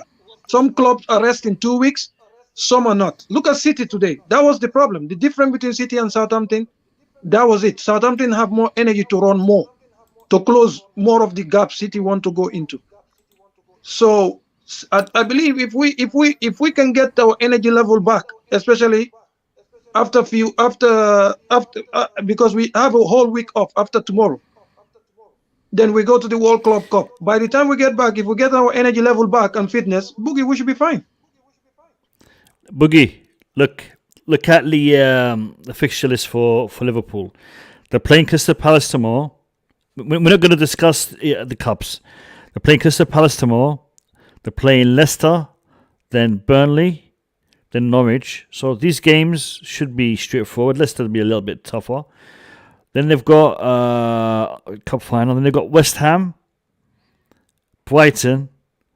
Now look at this. Manchester United, Manchester City, Aston Villa. This is the derby, Everton derby. It always goes pear-shaped. It could do. And they're playing Tottenham. And that's the end of the year, this season. So they've got 3 or 4 tough games coming up. Liverpool have got 3 or 4 tough games coming up. I will tell you the only game that I think Liverpool may give the point is the Manchester City game.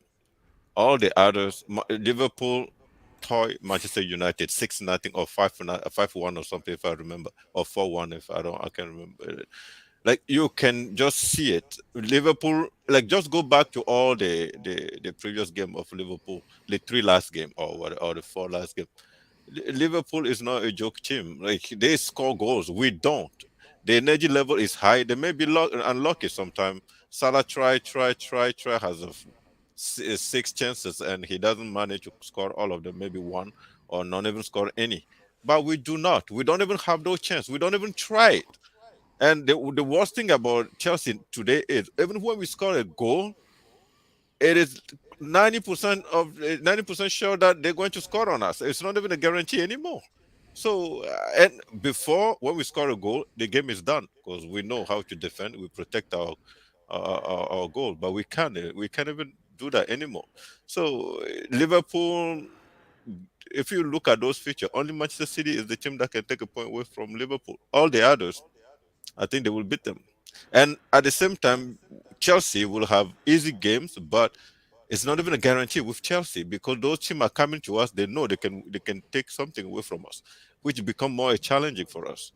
It's this season is just one of those odd ones. I don't think we are in any shape or form to be second, third. I think fourth we may, but if we don't play our card properly, we may end up outside of the top four. Like, I'm not predicting it, but I have no trust in this team. Fourth with 3 or 4 cups in our hand. Is that a bad season for Super Tom? No, Yes, but it's not what we're talking about at this point. We're just talking about top four, right? If we don't qualify for the Champions League, No, I said we top will four. have. I said Oh, top top four. Yeah. Of course. Let's just make That's sure, a 'cause I don't. fantastic season. Fantastic season. No, okay. What I was saying is, I'm talking second position, third position, maybe fourth. What am I doing? Yeah, fourth position might be we can get it easily, but the third and second, I don't think we can. But that's just me saying. But okay, You, Mo, sorry for you think the cutting. likes of United will finish on top of us? They haven't been consistent all year. For some reason, they have not been consistent at the beginning of the season.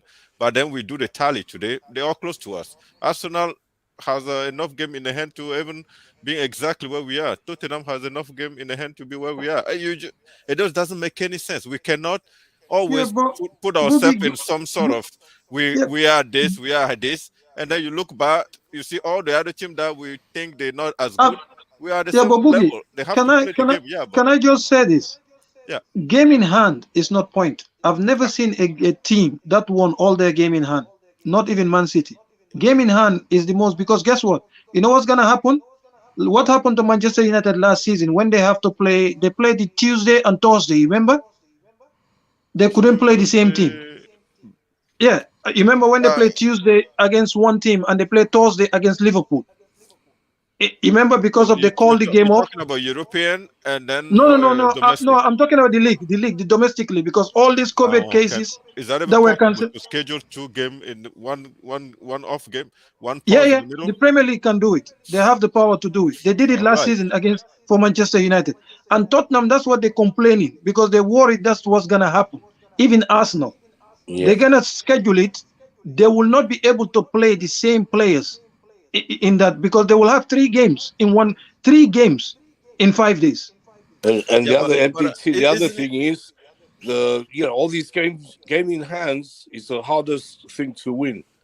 These games are harder than the normal fixture because it seems if they win all them games, they're going to get in front, they're going to get all these points, but it's very hard to win a game in hand. I'm telling you. Yeah, but there is that chance, even if it is 10%, for them to win all their game in the hand. Isn't it sad? Like team like Chelsea that won the Champions League, sitting here today and just say, okay, the other guy may lose 2 games in the hand. Like, isn't it? Yeah. No, we don't need that. Boogie, we just have to win our games. We win our games. So we like that's the Man United. That's the shocking part of it. We just have to win our game, but we know 100% we're not gonna win all of our game. We're going to tie more games than winning because of the antecedent, or that's French word, the past results. Yeah, I know what you say, because we've been playing rubbish lately. I know, but all I was saying is it's our chance tomorrow to bounce back good for the rest of the season. I know we've been playing rubbish. Yes, I agree. Tomorrow is a start for the run that we didn't expect. Tomorrow is going to be the start of a beautiful run to the end of the season. But before we get to tomorrow, we'll have to sleep tonight. So to sleep tonight, I'm gonna have to end the stream now. Listen, yeah, I'm knackered. Hey, listen, it's been a really rough day for me. But I'm glad I was able to get the stream done. So big up to everyone. I was literally locked out of my own flat, so I wasn't having a great day. 115 of you have hit that like button, and for that, I want to say a big thank you to every one of you who's hit that like button. And if you haven't hit it yet, you still have time. Go on, Boogeyman. Look at how he said we go, Boogeyman. I'm trying to end my stream, man. Go on, Before I came in, it was 146 people watching your view, and as soon as I connect, it went to 122. I didn't like that. What is that about? It's something about you, Boogeyman. When you come on my stream, your positivity starts to ooze out, and people just don't like that, and they run away. They run away. Anyways, thanks for having me. Boogie. Listen, it really has been a great experience. These streams, and especially these match previews. Two shows right now are key on my channel: the Q&As and the preview and review series. I used to focus a lot on transfer news, but if you guys have noticed, this transfer window, I haven't touched it. We've discussed about a few bits and bobs here, but I actually haven't made a stream talking about transfer news this whole window because I think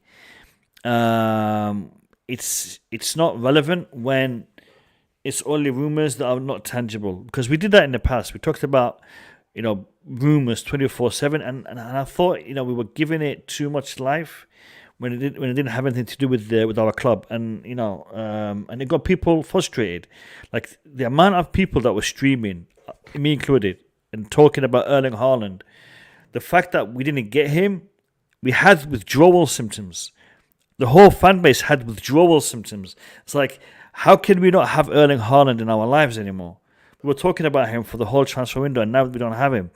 So I'm trying to avoid that. I'm trying to just keep it with what we're doing. We're playing games. We're trying to win cups. We're trying to win the league. We're trying to do all this. Let's focus on that. Whatever we win, we win. Whatever we don't win, we'll try again next season. So that's the way I see it. Big up to everyone. Thank you all for being here. Thank you all for taking part. We will be back tomorrow evening for our post-match reaction to Chelsea, hopefully beating Spurs at the Bridge. And we'll be discussing that live on air, 7 p.m. tomorrow evening. Have a great night. Make sure you hit that like button. Make sure you subscribe. And I will see you all tomorrow. Up the Chelsea. Up the Chelsea. Up the Blues.